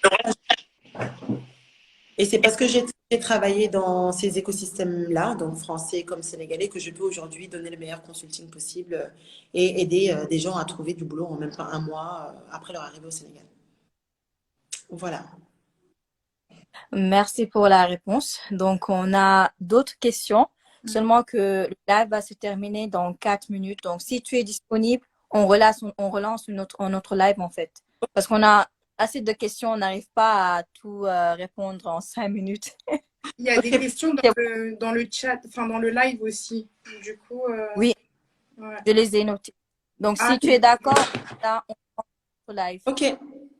Ok, c'est bon. Restez connectés, on relance dans quelques secondes. Voilà. À tout de suite. Voilà, on parlait de l'installation au Sénégal des familles et des entreprises. On poursuit avec les questions. Donc, il y a une personne qui demande si vous accompagnez aussi les personnes qui veulent s'installer au niveau de Saly. Oui, tout à fait. Hors Dakar aussi. Oui. En fait, clairement, moi, le Sénégal, c'est un peu mon terrain de jeu, voilà. Quelle que soit la zone, c'est pas un problème. J'y vais beaucoup, hein. À Saly, je fais pas mal d'allers-retours, mine de rien, les week-ends. Donc, clairement, c'est pas un souci pour trouver ce qu'il faut aussi là-bas. Ok, c'est top. Et pour ce qui concerne les entrepreneurs, donc parlons d'administration, du plan administratif au Sénégal. C'est facile de créer une entreprise. Comment ça fonctionne? Alors oui, bon, c'est très rapide, hein. Par rapport à ça, franchement, le Sénégal n'a rien à à la France. Ça se passe très vite, en 2 jours, 48 heures, c'est fait. Donc, c'est-à-dire, on dépose les documents qu'on nous demande, que ce soit à l'APIX ou au niveau de l'ADER. Ce sont les deux organismes, en tout cas, que moi je connais. Je pense pas qu'il y en a d'autres, sur Dakar en tout cas. En général, on dépose les documents, ça se passe très bien, on est très bien accueillis. Et bon, même si des fois il y a un peu de queue, parce que voilà, je conseille toujours d'y aller le matin, d'être super bien habillé. Alors, quand je dis super bien habillé, le costard, cravate, talon n'est pas de trop. Vraiment. En fait, il faut dire une chose, de manière générale, au Sénégal, à Dakar, comme tout est dans l'apparence, plus vous serez bien habillé, parfumé, ce que vous voulez, et plus on vous prendra au sérieux. Donc, si vous avez des démarches à faire, quelles que soient les démarches et quelles que soient les administrations, bon, l'administration française, ils sont moins dans ça, mais quand même, on reste au Sénégal, parce que même les Français ici se sénégalisent, hein. Si en tout cas vous, personne de la diaspora, en arrivant, vous n'avez pas compris qu'il faut s'adapter à la sénégalaise, les Français qui sont là, eux, l'ont bien compris. Et quand je dis se sénégalisent, c'est-à-dire ce sont les premiers des fois à être en retard, ce sont les premiers à faire des promesses qu'ils ne respectent pas. Enfin, bon, voilà. Je vous évite tous les autres exemples. Mais clairement, voilà, c'est le conseil que j'aurais à donner. Si vous voulez que les choses aillent vite, qu'on vous prenne au sérieux, qu'on vous prenne rapidement en charge et que vous repartez rapidement, pas trop perdre de temps, euh, habillez-vous bien et voilà, les papiers qu'il faut et grand sourire, aimable et ça passe. Donc en En général, fait, 48 heures, vous revenez chercher votre document et c'est réglé. au niveau de l'Afrique, il y a le guichet diaspora en fait. Pour ce qui concerne l'apparence, en fait, il y avait une répate qui disait pratiquement quand tu vas à la banque, si tu t'habilles genre style casual comme on fait ici, les gens ne te prennent pas au sérieux. Il faut que tu t'habilles très bien, sapé comme jamais pour qu'ils te respectent et voilà, qu'ils assurent le travail. C'est malheureux, mais malheureusement, côté apparence, c'est très important à Dakar en fait, en général, je dirais. Alors après, je dirais, il y a pas que ça. C'est vrai que ça joue. L'aspect de l'image. Alors, c'est vrai que, comme je disais, quand on arrive de la diaspora, en général, on est une personne assez complète, dans le sens où on a traversé des traumatismes, des dépressions, des je ne sais quoi, qui font que on arrive, on a confiance en soi, on sait bien s'exprimer. Bon, après, on parle le français comme on le parle, et souvent, les gens ici, en tout cas, peuvent vite se sentir offusqués, attaqués, mais juste à notre manière d'être et de faire. C'est-à-dire un simple non-verbal peut être pris comme quelque chose de hautain, alors que pas du tout en fait. C'est juste que quand tu as confiance en toi, tu as confiance en toi. Tu viens d'un autre environnement qui est différent, sauf que ce que toi, tu as intériorisé comme normalité dans le non-verbal, enfin quand je dis non-verbal, c'est vraiment tout ce qui est manière d'être, de faire ça avec ses cheveux, enfin bref, j'en passe. Ici, ça peut être interprété autrement, comme elle se prend pour qui celle-là. Et d'ailleurs, dans l'interview qui va sortir là, j'ai interviewé une famille sur son expérience, un couple, alors est-ce qu'on peut dire couple mixte?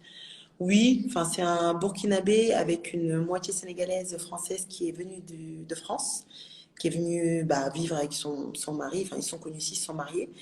Et il témoigne de ça. Et en fait, le mari dit clairement, mais vous vous en rendez pas compte, mais quand vous arrivez enfin, de la diaspora, vous êtes là avec vos airs hautains et tout, mais tout le monde vous prend comme ça, vous êtes là trop hautain, et on vous regarde avec des airs, mais tu te prends pour qui?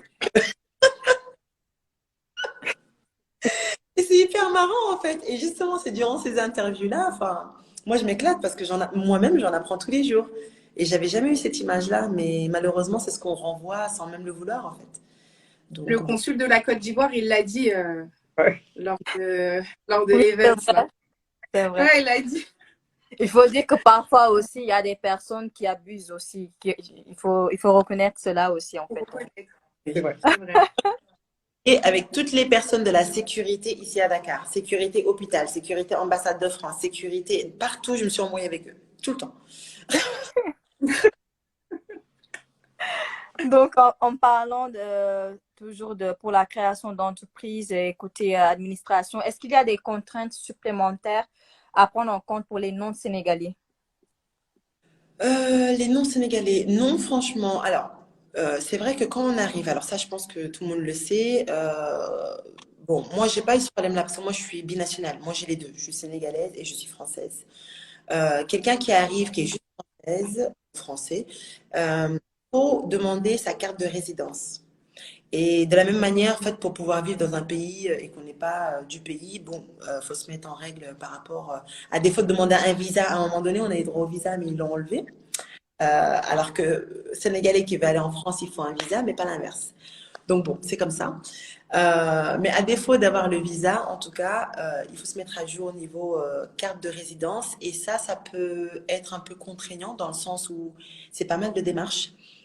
Notamment, il faut payer aussi une taxe bah, de repatriement 75 000 qu'on paye au niveau de l'État. Je sais plus, la truc des consignations là où il faut payer ça.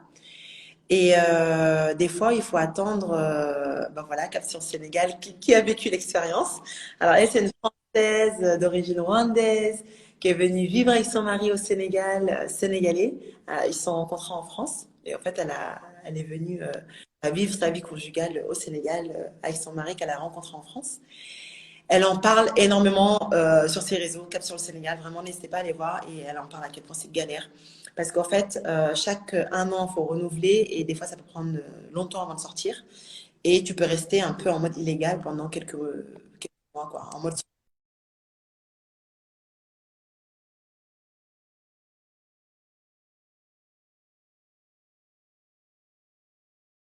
Alors,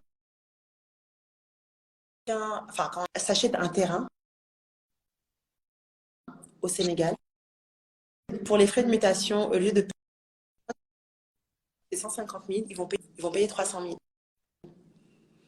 Mais bon, après, j'ai envie de dire, ils sont censés avoir plus d'argent. Voilà. Ça, je dirais, c'est les deux seules contraintes que j'ai identifiées, en tout cas. Après, le reste, c'est plus ou moins normal, quoi. OK. Ah, On prend d'autres c'est ça. questions. Donc, si vous avez des questions, n'hésitez pas de l'écrire dans le box questions. Voilà. Donc, il y a Ebenia qui demande, j'aimerais savoir s'il y a une grande discrimination à l'embauche entre les locaux et les extérieurs. Hum, Ça, c'est une question. Alors, comment dire? Alors, ça dépend de plein de choses. Ça dépend des diplômes dont on parle.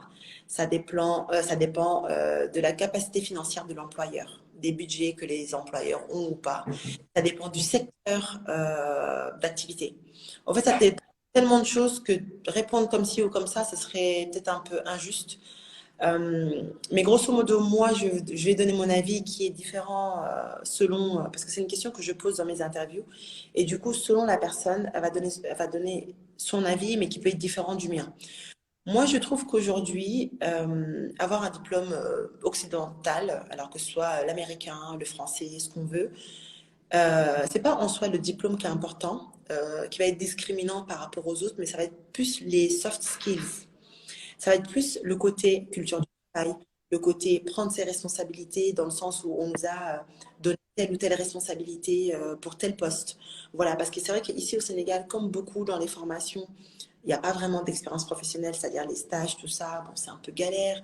Et c'est plus de l'exploitation qu'autre chose. C'est pas vraiment une expérience comme nous, on va avoir en France. Enfin, en tout cas, comme moi, j'ai pu avoir en France ou à l'étranger. Voilà. Donc, je dirais, la discrimination ne va pas se faire par rapport au diplôme, mais peut-être par rapport au fait que tout simplement, on vient de l'extérieur et qu'on a des soft skills, tout simplement. Donc, moi, c'est comme ça que je vois les choses. Mais après, beaucoup prendront le raccourci et diront, bah oui, le fait d'avoir un diplôme étranger, ça fait la différence. C'est eux qu'on voit à la tête des entreprises et tout ça, quoi. Bon, voilà. Il faut dire que parfois, ça peut aussi être un avantage parce que quand on vient de l'Europe, on a fait des études en Europe, on est parfois, certaines entreprises disons, considèrent plus ces aspects-là. Donc, ça peut être aussi un avantage. Alors, permets-moi juste de rebondir sur un commentaire que j'ai vu. Quelqu'un qui dit, c'est le bouche à oreille qui fonctionne le plus au Sénégal. Alors, attention, parce que moi-même, hein, qui vous parle, je pensais que c'était ça. Sauf que je me suis rendu compte que ce que je pensais était faussé avec l'expérience. Parce qu'en fait, il faut savoir que le bouche à oreille, ça permet une chose. Ça permet que ton CV arrive sur la bonne table, la table de la personne décisionnaire, à savoir si on te recrute ou pas. Mais le fait de ne pas connaître la personne pour que ton CV arrive à la bonne table, effectivement, peut te faire perdre comment dire, des chances en fait d'être recruté. Mais en soi, même si tu connais quelqu'un et que tu n'as pas les compétences, là je parle de personnes lambda que nous sommes, hein. On ne parle pas de filles de ministres, de présidents, de je ne sais pas quoi. Eux, ils ont tout ce qu'ils veulent, même s'ils sont les plus nuls de la terre, ils ont ce qu'ils veulent. Ok. Il y a torchon, il y a serviette, il y a Angleterre, pomme de terre. Voilà, on va pas tout mélanger.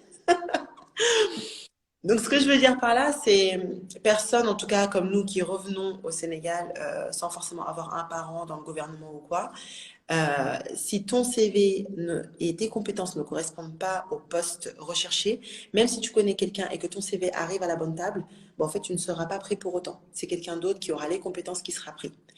Après, autre chose, c'est qu'il faut savoir que on a tendance à croire qu'en arrivant au Sénégal, on va trouver du boulot facilement, parce que non seulement on a les diplômes, mais aussi parce que bah, on a un peu de réseau ou que, bon, si on n'a pas de réseau, on va se le faire.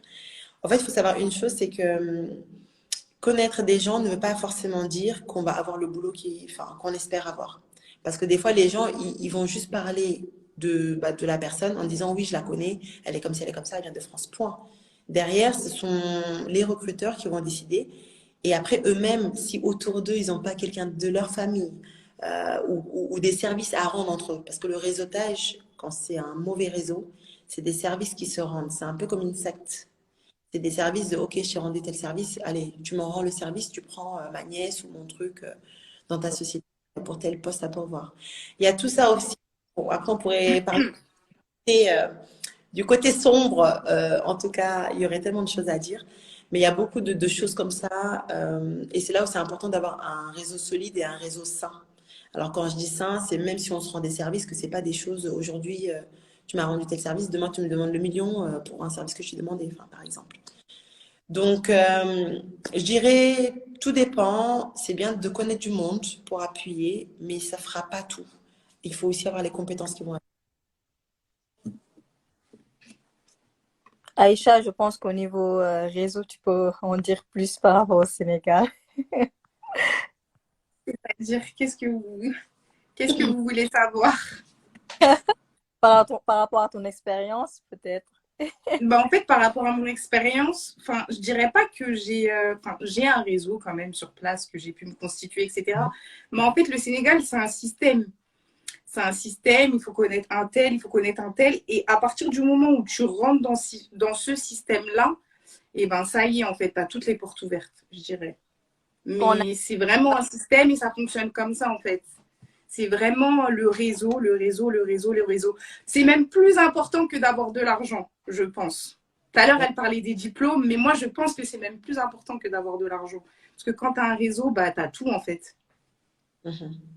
Mhm. Mm. Mais après, alors, attention, après le réseau, on ne le fait pas comme ça non plus. Je Euh, sais bien. voilà, c'est-à-dire le réseau, c'est pas n'importe qui va parler avec toi au Sénégal, non, bon, à Dakar. Allez, à Dakar. Mhm. Le paraître, m'as-tu vu? Effectivement, des fois, ça peut être bien d'avoir un ami qui vient de France, qui parle telle langue, qui est déjà ça, ou qui a déjà travaillé avec des Alstom Siemens ou quoi. Mais en même temps, en fait, il y a toujours il y a toujours cet intérêt, en fait. Il y a toujours un intérêt qui est là. Voilà, quel que soit l'intérêt, hein. L'intérêt, ça peut être tout simplement qu'on me voit avec toi, ça peut être tu as de l'argent, ça peut être je veux atteindre telle personne, mais comme je sais que tu connais telle personne, vas-y, je vais traîner avec toi. Voilà, en fait, il y a tellement de possibilités et le réseau, des fois, c'est là où pour moi, il faut distinguer un réseau sain et un réseau, juste réseau, voilà. Et moi, je sais que c'est pas dans tous les réseaux que je veux rentrer, clairement. Je cherche pas à me faire le réseau coûte que coûte, parce que c'est au détriment de quoi? C'est qu'est-ce que tu es prêt à mettre sur la table? Et moi, je suis pas prêt à mettre tout et n'importe quoi sur la table. À un moment donné, si c'est pas sain, non, non en fait. Donc voilà. Donc c'est là où effectivement c'est un système à part qu'il faut comprendre. Et des fois, moi par exemple, j'en arrive à un stade où je le comprends, mais c'est pas pour autant que je dis stop à certains réseaux. Parce que bah, ça m'intéresse pas en fait leur manière de fonctionner. Donc on- bon, C'est après c'est vrai des parce choix. que rien n'est gratos et Rien n'est il y a toujours quelque chose derrière. En fait, j'ai interpellé Aïcha car lors du premier repas de tour, quand on devait faire certains trucs et elle avait toujours quelqu'un à contacter. Donc voilà, elle est bien intégrée pour ce qui concerne le système du Mhm. réseautage au Sénégal. Bon, il y a Bamba Kade qui dit, moi je suis étudiant en France, j'ai des amis qui ont fini leurs études et qui ont du mal à trouver un bon boulot. Donc la connaissance est très importante. Ouais. On prend d'autres questions. Voilà, donc côté santé, il y a un point clé qui dit, qu'est-ce que vous conseillez comme mutuelle? Alors, j'ai fait un post sur la CFE, donc la Caisse des Français à l'étranger, c'est l'extension de la sécurité sociale de France, mais pour l'étranger. Et comme le Sénégal, c'est la zone 1, donc ça reste quand même dans les prix, on va dire, les plus abordables, même si je trouve pas ça très abordable, dans le sens où moi, j'ai pas signé chez eux. Euh, Pourquoi? Parce qu'ils sont extrêmement chers. Alors, exemple, enfin, cas concret, pour moi et ma fille, on nous demandait plus de millions à l'année, ne serait-ce que pour la partie sécurité sociale. Donc, la partie mutuelle n'est même pas encore là. Après, j'ai des amis en France qui me disaient, mais Amenda, tu t'en rends pas compte, mais en fait, c'est le prix, même en France, c'est ce qu'on paye.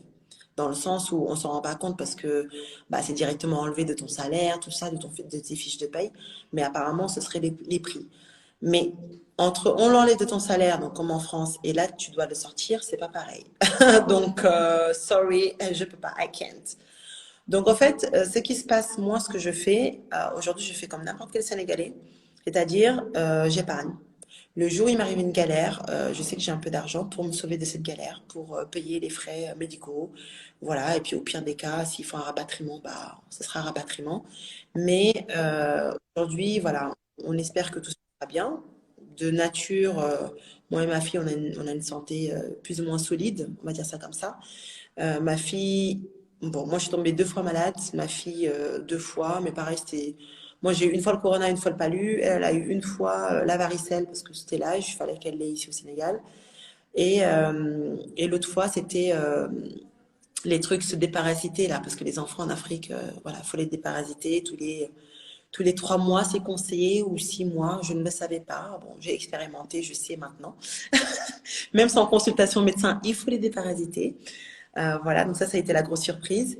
Mais franchement, c'est pas, comment dire, j'économise plus en épargnant comme ça qu'en payant un truc à plus d'1 million, juste pour une histoire de sécurité ou d'anticipation à une maladie que bah, je sais pas si ça va m'arriver en fait.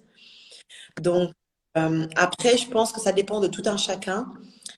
dans le sens où il faut se connaître. Si on est de nature à être très malade, ça peut faire le coup. Si on arrive jeune, voilà, la pêche, la patate, comme je dis, et plutôt bonne santé, ça peut valoir le coup bah, d'épargner, de faire comme n'importe quel Sénégalais. Et l'avantage aussi qu'il y a dans le pays, c'est que quand on signe un contrat avec quelqu'un localement, on peut bénéficier de la mutuelle de son employeur. Comme un peu en France, l'entreprise prend en charge quelque chose et nous, on paye une petite partie. Donc, comme j'ai travaillé pendant un an et demi, en arrivant un an et demi après, j'ai bossé. À chaque fois, j'étais couverte, sauf pour les sociétés sénégalaises avec qui je bossais. Parce que pour le coup, là, j'étais en freelance et bah, en gros, tu te débrouilles. Euh, mais sinon, voilà, là, ça fait un an et demi, du coup, que je suis en mode épargne. Si jamais il arrive un truc, bah, je paye plein pot. Voilà. Après, il y a d'autres assurances. Pour répondre complètement à la question, il y a des assurances locales qui sont très bien, qui sont moins chères que la CFE. Et là, il faut regarder, il faut comparer. Il y a des banques qui proposent, il y a AXA. euh, Bref, il y en a. Voilà. En parlant d'épargne des retraites, nous avons d'autres questions. Dihaja et voilà, Dihaja et Neka Dolls qui nous demandent, y a-t-il un système pour la retraite et comment épargnez-vous pour votre retraite? Alors, pour la retraite, il faut savoir que toutes les personnes qui sont inscrites à la CFE, donc ce truc dont je parlais tout à l'heure, cotisent en même temps comme s'ils étaient en France. Donc ça, c'est le truc qu'ils ont trouvé intelligent qu'ils ont trouvé pour bah, garder les gens inscrits, pour avoir une traçabilité, pour voilà, je pense qu'il y a un minimum comment dire, de contrôle aussi. Alors ce que je veux dire par là, c'est que c'est pas aussi simple que ça de quitter la France. En quittant la France, de la même manière que des Français vont payer une taxe ici, des Français payent aussi une taxe en France pour quitter la France. Au niveau des impôts, en déclarant aux impôts qu'on part pour l'étranger et qu'on ne veut plus être attaché aux impôts français, on a une taxe à payer, par exemple. Je ne sais plus de combien elle est, mais il y a une taxe à payer. Peut-être qu'elle a augmenté entre-temps. Au niveau de la Sécu, en disant ça, on coupe tout pour la Sécu française et après on est rattaché à la CFE, la même Sécu mais à l'étranger. Et ça fait que même si tu as l'opportunité de revenir en France, tu ne seras plus rattaché à la sécurité sociale française, mais tu seras rattaché à la CFE. Donc ça veut dire il faut faire ses soins, se faire rembourser. C'est tout un truc paperasse assez compliqué, voire même plus compliqué que ce qu'on a pu connaître en France, même à l'époque encore des feuilles de soins. Moi, je trouve ça beaucoup plus compliqué parce que, alors, pourquoi? J'explique. Parce qu'en fait, tu as une liste d'hôpitaux où tu peux aller. C'est pas tu vas à n'importe quel hôpital, à toi parce que tu es en train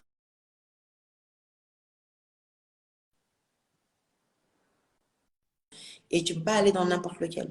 Donc, tu peux aller dans ceux-là pour pas avancer de frais, mais si tu vas ailleurs, tu avances des frais et derrière, le remboursement peut durer un an. Peut mettre un an avant que tu touches ton argent. Moi, j'ai ma cousine, elle a eu le cas, urgence, elle est partie à côté, mais un an après, c'est toujours pas fait rembourser, quoi. Donc, bon, est-ce que vraiment, enfin, c'est compliqué. Moi, je trouve que ça vaut pas la peine. Mais bon, encore une fois, c'est mon avis et j'avoue, je suis un peu aventurière, donc de nature, les risques que je prends pour moi et ma fille, ça nous concerne nous. Les autres, voilà, chacun fait comme il veut. Bon, Kumba, je sais pas si tu as à lire les commentaires. Je pense qu'il y en a quelques-uns. Moi, j'ai une question d'intégration. Qu'est-ce que tu proposes, enfin, quelle posture tu préconises d'adopter? Voilà, est-ce que tu as des tips pour nous permettre le mieux possible quand on souhaite vraiment s'installer au Sénégal?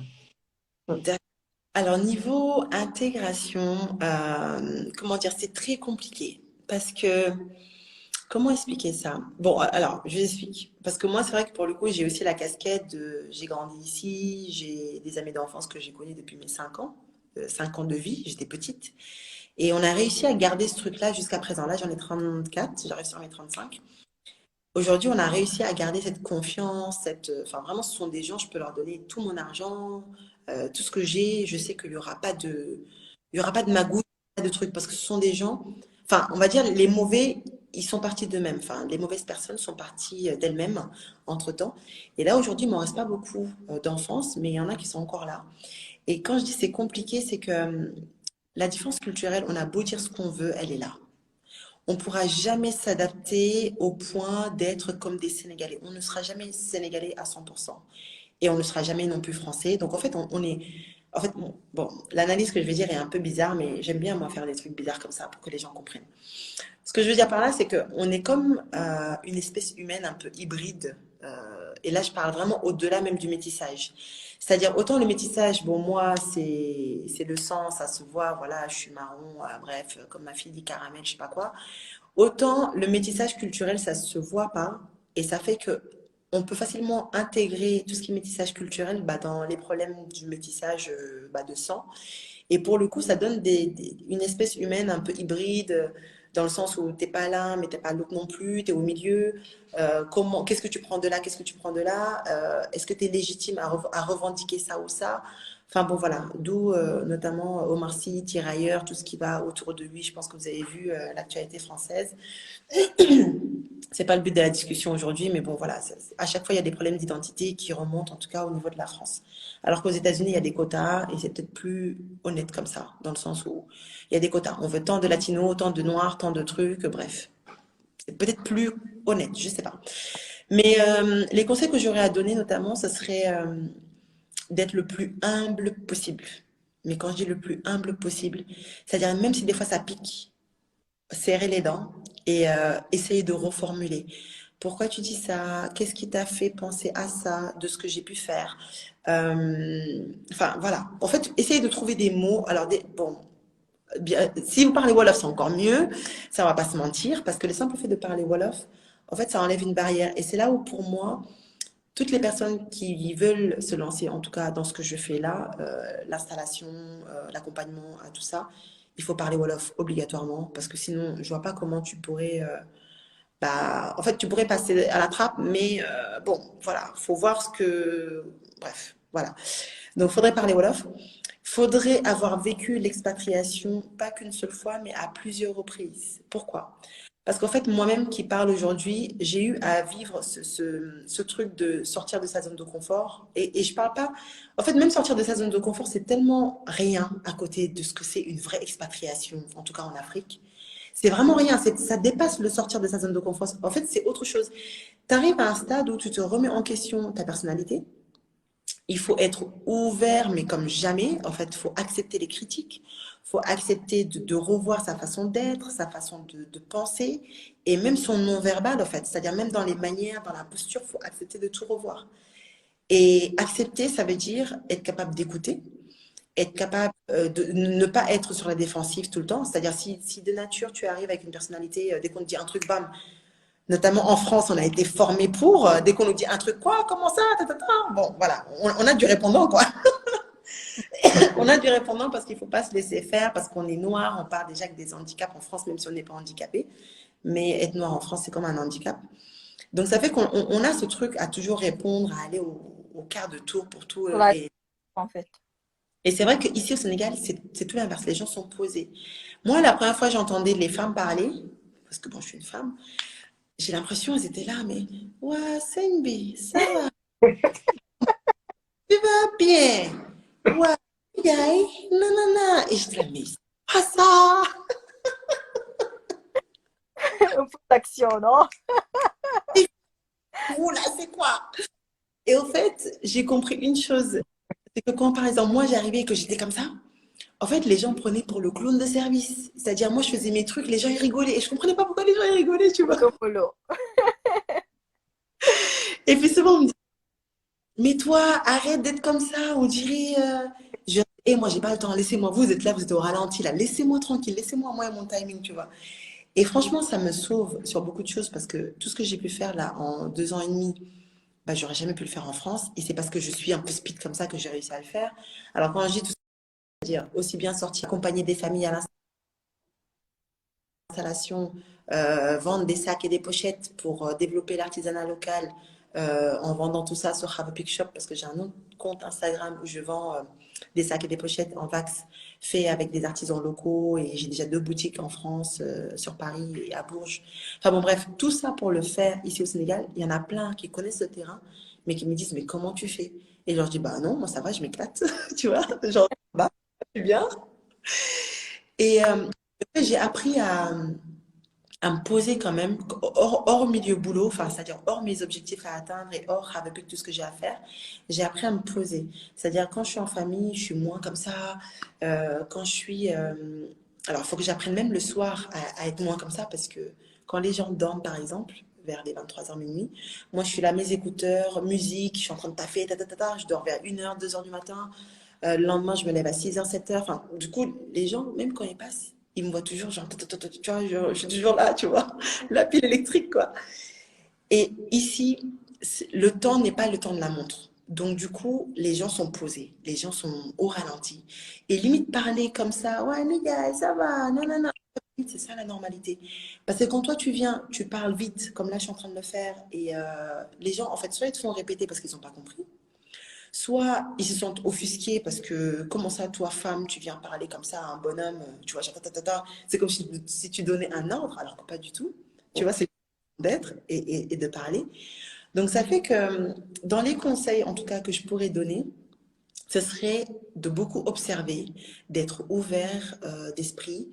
Et quand je dis observer, c'est essayer de faire un peu l'effet miroir. C'est-à-dire quand les femmes, elles parlent un peu comme ça, et quand toi, tu sais que tu veux quelque chose, par exemple, tu veux ton Western Union à la banque, viens, parle comme ça. Oui, bonjour madame, ça va, tu vas bien. Marque le temps de pause pour ne serait-ce que dire bonjour, comment ça va, les enfants, la famille. Même si tu as l'impression que ça dure une éternité, fais-le. Parce que si tu ne le fais pas, c'est comme si tu donnais un ordre à la personne. Et les gens, ils n'aiment pas ça. Les gens, ils sont tellement fiers au Sénégal. Il n'y a pas plus fier qu'un Sénégalais. Un Sénégalais, dès qu'il se sent un peu brusqué, ah non, mais là, il va te le faire sentir, hein. Il va te le faire sentir. Et il va pas hésiter. S'il peut te montrer que c'est lui qui a le pouvoir.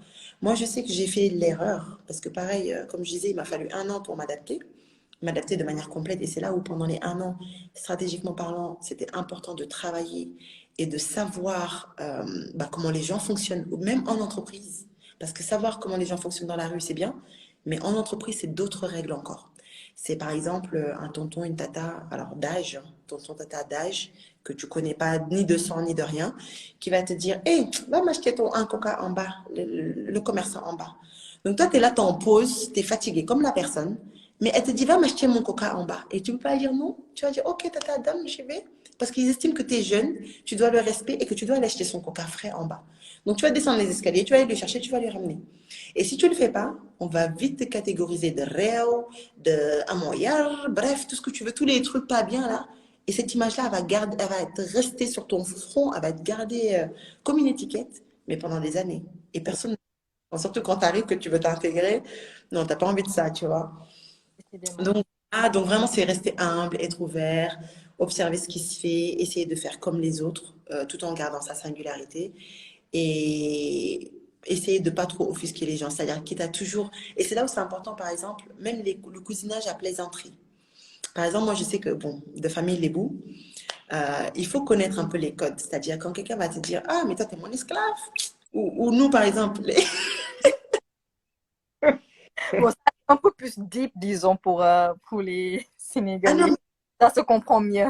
mais quand tu maîtrises, non, franchement, t'es bien. Moi, je me tape des barres de rire. C'est-à-dire, je balance juste une phrase comme ça derrière. Oh là là. C'est comme si tu allumais une étincelle derrière, ça prend feu. Toi, t'es là, tu rigoles.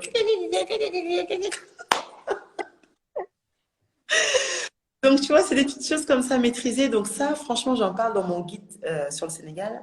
Et c'est là où c'est hyper important aussi. Parce que c'est des choses à maîtriser. Par exemple, moi, je sais que les lébous, c'est quelque chose, même dans les conférences, qui est quand même quelque chose d'assez. Tout le monde costard, cravate, machin. Moi, j'ai assisté à des conférences où il y avait des Légos qui se taillaient entre eux en mode oui, je sais que, bon, comme elle, c'est ma consoeur Lébou, je sais que si elle n'a pas de pain là pour manger, elle va mourir. Donc, mais respectons-la quand même parce que c'est quand même une intellectuelle, je ne sais quoi, quoi. Et puis l'autre, elle va répondre. Et puis bref, tu vois, genre en pleine conférence. Donc, c'est juste pour dire que c'est tellement le truc à utiliser partout dans les taxis, dans les administrations, bah, si vraiment tu es là à attendre. Voilà, donc c'est des trucs à maîtriser pour s'intégrer plus facilement, pour que les gens nous acceptent plus facilement et pour que les gens s'ouvrent à nous aussi et de manière sincère. Parce qu'il y a beaucoup de relations qui manquent de sincérité sur Dakar, sincèrement. Il y a le Il y en a. masla, on dit, le masla. Ouais, c'est je te traite bien, mais je t'aime pas trop, mais je vais te dire les choses politiquement correctes et après dégage, tu vois. C'est ça en fait. C'est comme ça qu'il faut le comprendre, tu vois. Mais voilà, donc voilà tous les conseils que j'aurais à donner. On pourrait en parler jusqu'à demain, hein, combat. Il y en a encore plein. T'as dit? Moi, je pense que mon plus gros challenge, ça va être ça. C'est moi, je suis quelqu'un, je suis une pile. Et du coup, c'est vrai que, enfin, c'est paradoxal parce que quand j'aime bien, en fait, je suis attirée par le calme des gens en Afrique qui sont posés. Mais en même temps, enfin, moi, mon mari il est en Côte d'Ivoire depuis 1 an. Et déjà, même quand je l'ai au téléphone et qu'il parle au ralenti, ça peut pas au bout, quoi.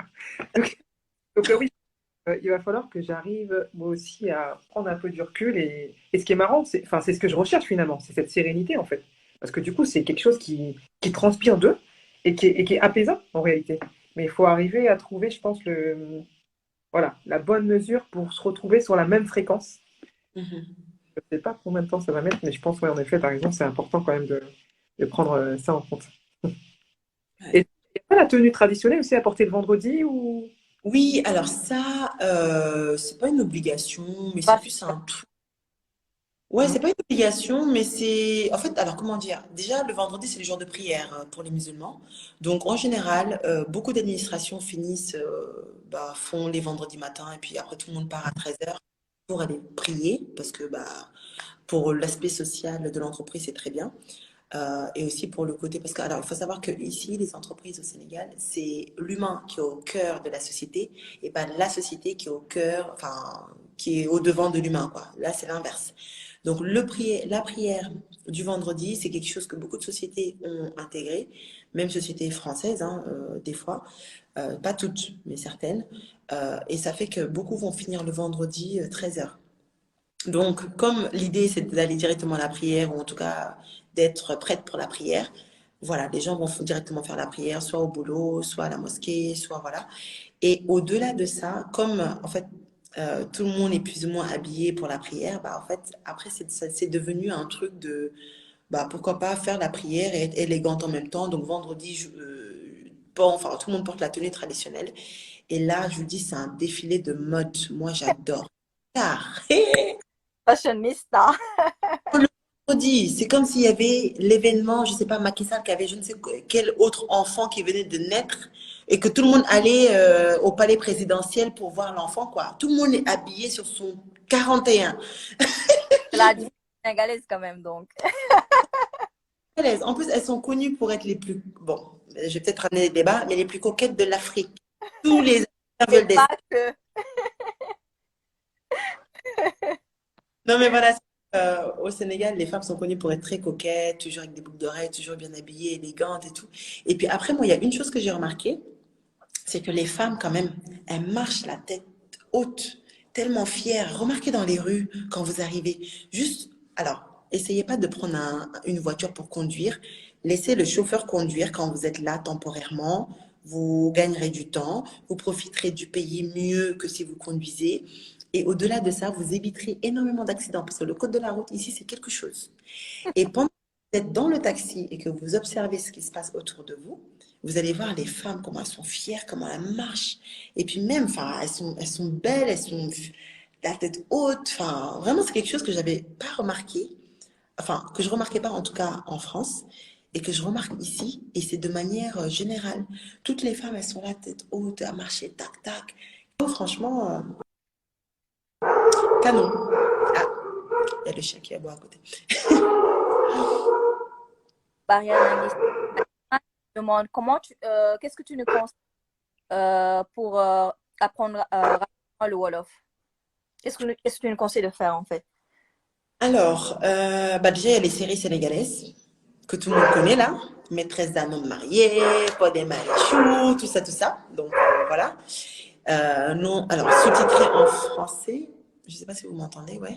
Oui. Sous-titré en français, donc ça peut apprendre le Wolof comme ça. Et sinon, après, il y a des centres de formation pour apprendre le Wolof. Il y en a beaucoup, d'ailleurs, que je recommande.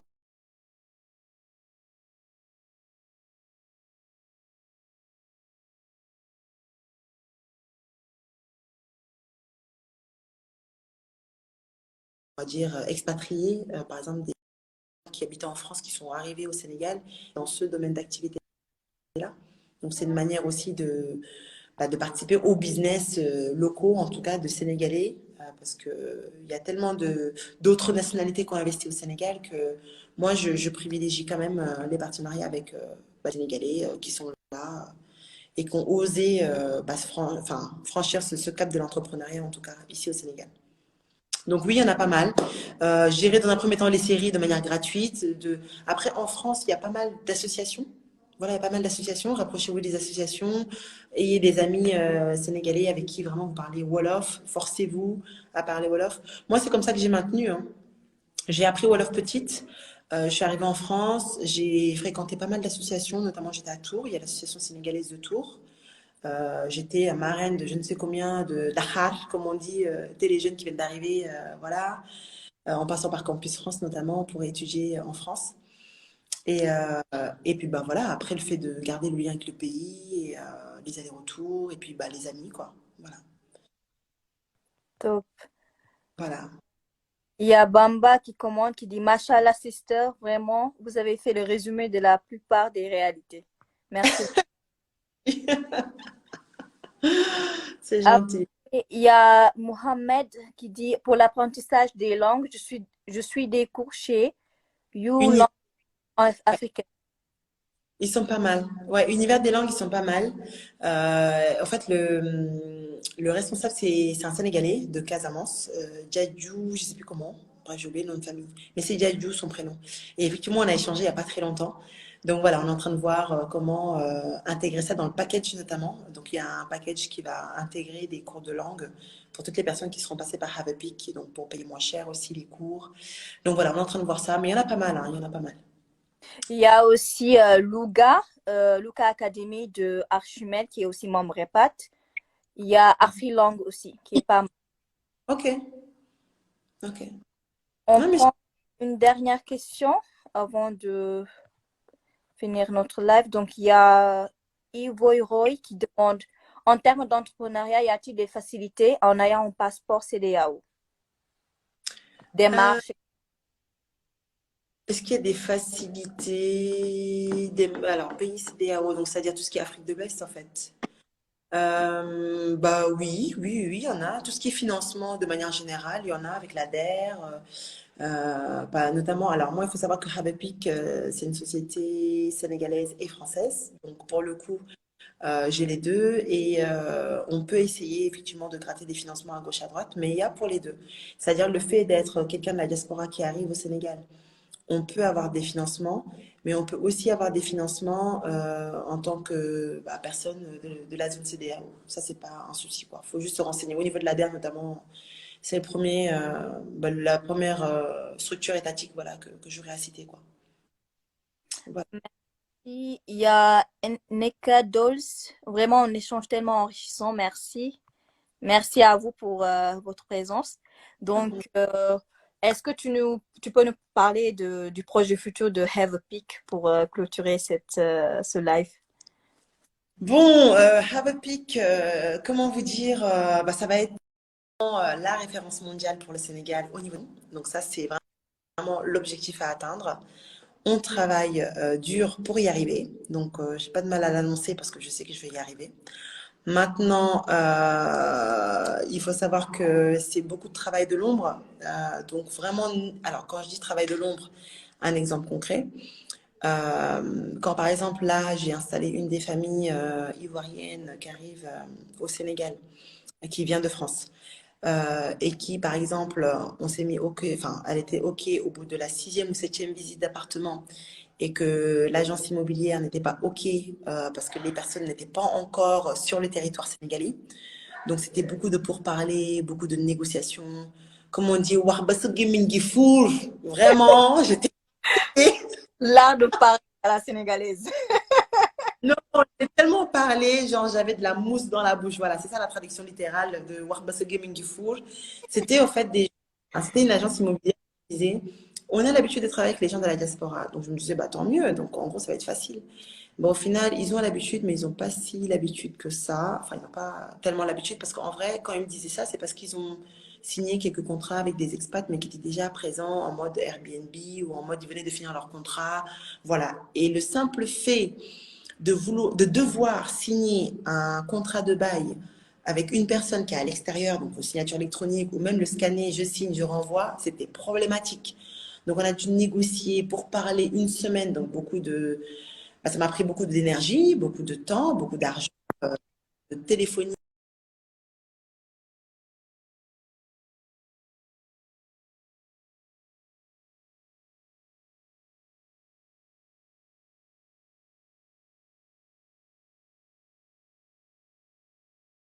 au Sénégal en tout cas. Et c'est là où on fait négliger quelque chose d'aussi énorme que ça peut être un bouleversement.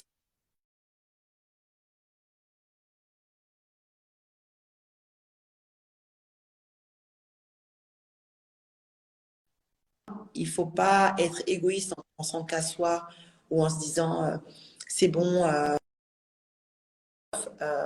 Quand j'ai bien arrivé au Sénégal, même en ayant de la famille, déjà la famille, ils n'ont pas les mêmes critères que nous en termes de standing. Et de deux, c'est pas parce que c'est la famille qui vont nous aider, comme par exemple un prestataire extérieur le ferait, dans le sens où on comprend les codes, on comprend les exigences et de respecter le budget. Et la troisième chose, c'est pourquoi perdre du temps, de l'argent, si clairement tu peux économiser cet argent-là, quoi. Essayer d'y aller seul, c'est vraiment prendre le risque de l'échec de l'expatriation. Surtout pour tout ce qui est couple mixte, j'ai envie de dire, c'est encore plus délicat. Parce que couple mixte, toi sénégalais, par exemple, que ce soit l'homme ou la femme, hein, on sait les réalités, mais l'autre, il faut lui expliquer. Et l'autre, est-ce qu'elle sera assez ouverte ou ouvert à entendre, parce qu'il y a entendre et écouter, à entendre tout ce que l'autre partenaire, en tout cas, va essayer de lui expliquer comme problématique. Et à un moment donné, en fait, couple mixte, c'est égal, il faut tenir au courant aussi l'autre des problématiques pour pas que l'autre perd pied en mode c'est bon, ça me saoule, j'en ai marre, je me casse. Et que là, tu te retrouves dans une situation où toi tu veux, mais l'autre ne veut pas. Il y a les enfants au milieu, qu'est-ce qu'on fait? Comme elle ne veut pas, on reste en France. Donc voilà, il y a toute une pédagogie aussi à avoir, en tout cas assez particulière, je trouve, pour les couples mixtes. Et ça, il ne faut pas le négliger. Et beaucoup n'y pensent pas en se mettant en couple, en ayant ce projet d'aller vivre en Afrique un jour, malheureusement. Et pour moi, il faut y penser. C'est quelque chose, la responsabilité en tout cas qu'on a et par rapport à nos enfants. Il faut penser aussi à savoir peut-être d'avance dans quoi on s'engage. Est-ce que la personne est assez ouverte pour accepter le fait qu'un jour, mon souhait est d'aller vivre en Afrique? Parce que tôt ou tard, ces questions-là vont venir et ça peut être bloquant. Donc, je dirais, voilà, il y a plein de choses à pas négliger. Et en tout cas, moi, avec Ravepic, en tout cas, ce que je fais, j'essaie de prendre tout ça en compte. Souvent, je demande au couple de faire enfin, je demande à ce que les 15 minutes gratuits, qu'on les fasse ensemble, c'est-à-dire quand monsieur est là et quand madame est là, et pas que je parle à monsieur ou madame et que derrière, il faut refaire un autre call parce que monsieur n'était pas là et que clairement, il n'a pas entendu tout ce que j'ai compris, enfin, tout ce que je lui ai dit, ou il n'a pas compris ce que j'avais expliqué. Donc au moins comme ça c'est simple et s'il faut peut-être même prendre un peu plus de temps pour expliquer certains détails, voilà, ce sera plus facile de le faire parce que je comprendrai les problématiques de l'un ou peut-être la perception d'un des deux qui ne sera pas la bonne que celle que j'ai envie de transmettre. Voilà, c'est des petits détails comme ça à ne pas négliger, mais qu'en tout cas moi je dois faire hyper gaffe, ne serait-ce que durant la séance d'audit gratuite de 15 minutes.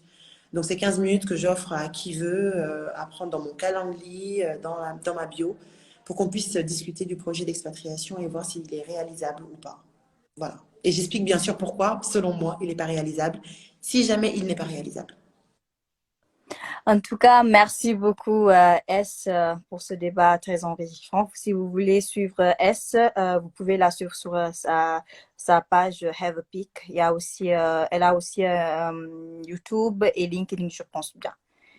Alors, il y en a qui demandent, attends, j'ai marqué, hop, je vais juste taguer là, voilà, Have a Peek, voilà, c'est ce compte-là pour ceux qui veulent. Voilà. Et pour les Actus Repat, donc pour ceux qui veulent nous voir, nous organisons un afterwork le 27 janvier. En général, c'est réservé aux membres, mais cette fois-ci, il y aura quelques places aussi pour les non-membres. Et aussi, il y a un big event qu'on est en train d'organiser. Donc, suivez-nous sur nos pages, donc Instagram, LinkedIn et YouTube pour recevoir les updates. Kumba, Aïcha, mot de la fin.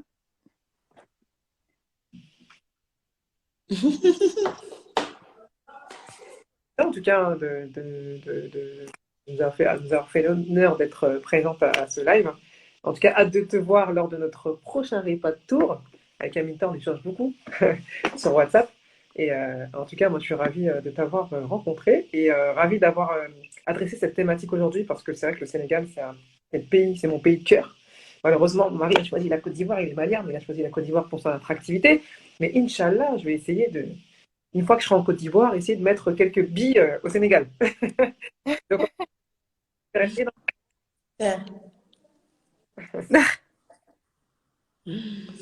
Donc, franchement, merci pour ce live. Il était vraiment super enrichissant. Moi aussi, j'ai appris pas mal de choses. Et à bientôt, hein. Avec Merci. plaisir, n'hésitez pas. Et en tout cas, j'ai hâte que vous arriviez pour plein de choses. Voilà. Ça va être bien. Merci tout le monde et Inch'Allah.